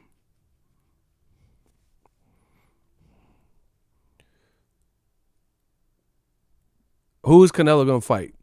John Ryder, Caleb Smith, Jeff Horn, Ryota Murata in Japan, Jeff Horn in Australia. Bro, what is that fucking gonna do for America? Somebody said Kramer. Whoa, Jerry. Yeah, exactly. Caleb Smith, Billy Joe Saunders, John Ryder. So 3 Brits and a baby, or Ryota Murata in Japan, or Jeff Horn in Australia. That's what I could really foresee. He ain't finna fight Charlo next. We know that. Charlo looked too good. Plus, you have to deal with the hurdle of PBC. And bro, they don't want that fight for Canelo. Because if they did, they would have fought him as the Mando. He said no black fighter. Yeah, that's what I'm saying. Caleb Plant already got a fight. We know Canelo don't want to fight him. He gonna move and pot shot and pick you. He ain't gonna fight David Benavidez. It's not likely he fights Zurdo Ramirez. He gonna fight. Runner-up would be Jaime Munguia if he looks well versus, and that's a bullshit fight too. Jaime Munguia he's learning and he's young. If he beats Spike O'Sullivan, who the fuck is gonna, bro? Again, clout chasing. Listen, clout chasing Mexican fighters. They're going to try to sell it as, Canelo, La Raza belt. You know what I'm saying? And the fucking WBC Mayan blood in, blood out belt or some stupid shit. Jaime Munguia versus Canelo is just, bro, I haven't seen anything from Jaime Munguia that makes me feel that he'll beat Canelo, who just fought at 175. Canelo got a better defense. He has more skill. At this point, Jaime Munguia gets hit too easy. So they would just be trying to go off of the Hispanic blood and, just hopefully that does like what the Chavez Jr. Canelo fight did, But those are the options that I really see. And none of them are really big fights.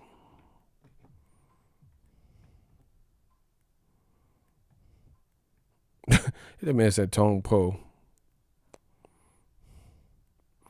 So, again, I'm just doing a little bit of previewing. It's looking like Struggle City. Wilder versus Fury is the biggest fight that I've heard that is like announced. Name a fight that's bigger than Wilder Fury. Not that you want to see, but that is announced. So right now, that's the first real big fight. There's no other fight that I've heard that is official and announced that's bigger than that. And then look at it. Anthony Joshua rumored to fight probably Kubrat Pulev as the front runner. Usyk versus Derek Chisora. I mean, these just aren't big fights in America.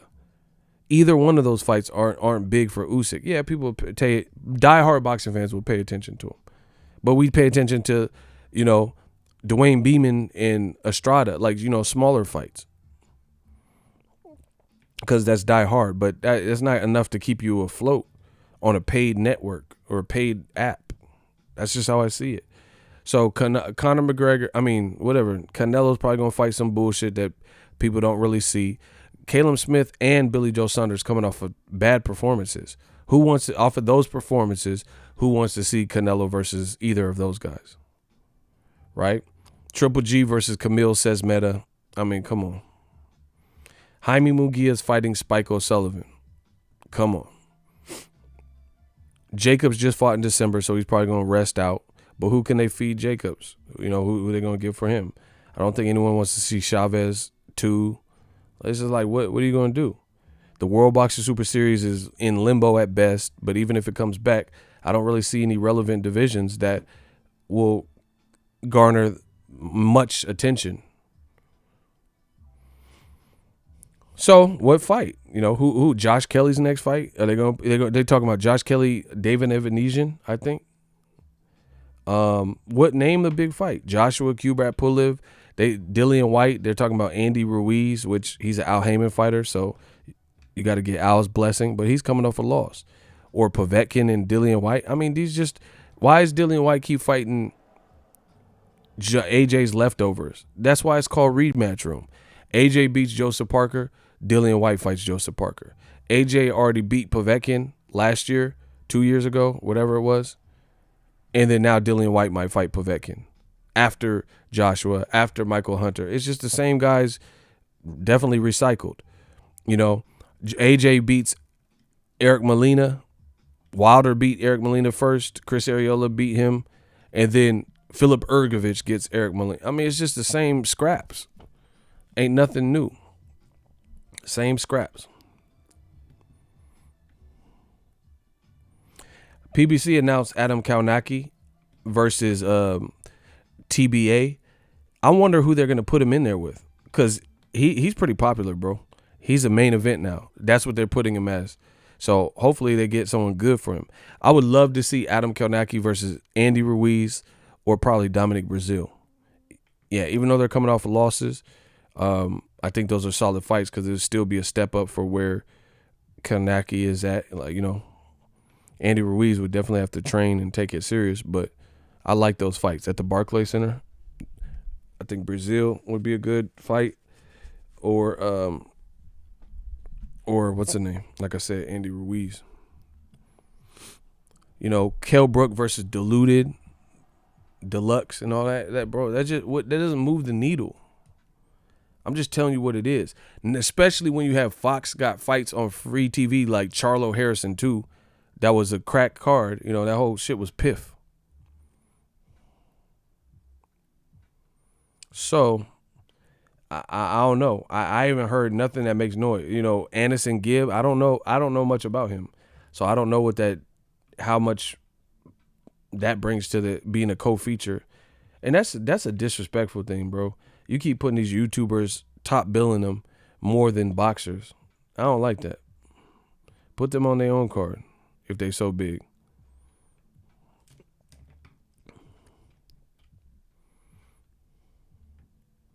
So the year's young, so we'll see what people decide to do and how it all plays out. But I'm just doing a little bit of forward thinking, and I ain't heard unless they come out with like a rabbit out the hat type of play, I'm not really hearing no rumors or anything about no. And Eddie, that's the other thing. Eddie likes to talk. He just tells people what fights he's gonna make. Oh yeah, I want to make Katie Taylor versus so and so, Cecilia Brækhus and Amanda Serrano. Just do it then. Are you doing interviews before I want Dillian White to fight Andy Ruiz or fight Povetkin? Just make the fight then. Why are you even? It's like, man, if you from the hood, like if you ever heard somebody just talk, man, I'm about to get the new Mustang, I'm about to get that new 50, blah, blah, blah. Just get it then. You don't have to start telling people. I don't like that. I feel like if you really are going to do something, you would just do it. Ain't nothing to really talk about. Get the new Mustang then. Get the new Camaro. Get the new Infinity Q45. It's like Eddie Hearn seems to like talk more about what he plans on doing and what matches he hopes to make, but where's the proof in the pudding?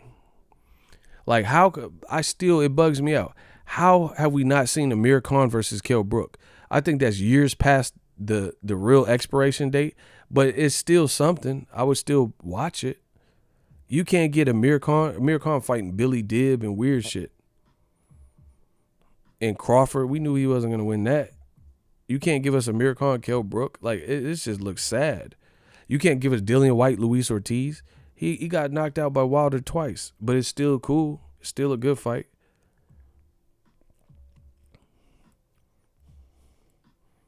So, yeah, I really don't see a justification for. We couldn't get Tank versus Tevin on Dazn. They couldn't get Wilder to the app. They couldn't get Broner to the app. They couldn't get Ryan Garcia and Tevin. They're not getting none of that stuff, that type of shit done. And once again, old media knows they're losing and they're getting fucked up. That's why they're remaining silent. This is what they do. Have you ever noticed that? You notice old media, all of a sudden, they won't say nothing. When it gets real quiet for them, that's how you know. That's how you know new media killing it. Because they don't even really have justifications for this. That's why they start talking about other shit that people they don't like Tank, and start trying to nitpick. Oh, they can't talk about Tank's sales, so they talk about his weight, talk about he fought a one-legged dude. But they're not talking about Jaime Munguia versus Gary Spike O'Sullivan. Is that truly a big fight to y'all? Well, who's on the undercard? Let's start there. Name one fight on the Jaime Munguia versus Gary Spike O'Sullivan undercard. The fight's this month.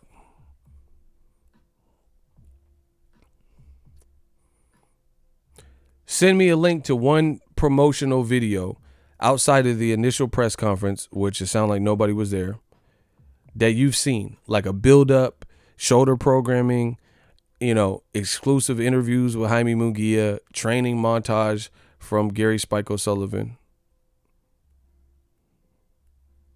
Where? Send me something. Tell me something. DAZN got better fights. Come on, bro. Block him. Once again, they refuse to actually explain it. Tell me the fights. I don't care what you're talking about unless you're going to illustrate it. I'm not going back and forth to you. Marcelo Hernandez. Got him. Block him. You tell me the fights. Don't just make the comment. Tell me what are the names of the fights, when there's a date, where's the venue. Tell me that type of stuff.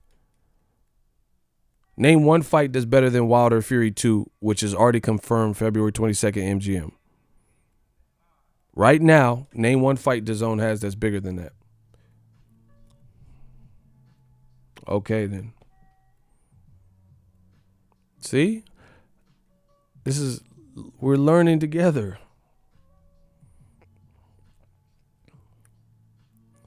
And people misconstrue what I do with picking side. I'm not picking side. I'm telling you what the fuck I see. I don't give a fuck who's mad. I don't care if you like it. I don't care if people try to ban me. Motherfucker, I am boxing. Ain't no banning me. I'll cover these fights for free at home if I have to, if need be. So none of that type shit work for me. I don't need, first of all, I haven't even applied to none of these fights because a lot of them, the fights that I'm mentioning, there's other fights going on that same day that are bigger, or it's not advantageous for me to go to it. I'm not I have a big team and all this stuff and send people to fights. Otherwise, that'd probably be different. So I haven't been turned down for any credential because I haven't applied for nothing. If it don't make sense to me, then I'll probably cover it from home. Period. It has to be mutually beneficial because I'm the one that cover all the costs. No sponsors, me, just off the muscle. Hustle plus muscle. So for me, it doesn't make sense to fly to Arizona for Jacobs versus Chavez Jr. because it couldn't happen in Vegas when I'm going to Charlo Harrison. And I went to that fight and covered it for you guys. You get what I'm saying? For me, it doesn't make sense for me to go from Cali to Texas for Jaime Munguia, Gary Spike O'Sullivan. I don't even know the undercard. You know, be on a plane 3.5 hours each way. It's like 7 hours of my life plus, you know, the actual additional travel, you know, just going through TSA and shit like that. I don't live right next to the airport, so that's a hour drive back. You know, this shit is taxing when you do it by yourself. You get what I'm saying? So for me, to get me to come out, it got to make sense. It got to be mutually beneficial. So some fights I opt to cover them from the cribbo. Like Jaime Munguia versus Gary Spike. It's just who's on the undercard. Bro, I'll lose money going to that fight. Promise you.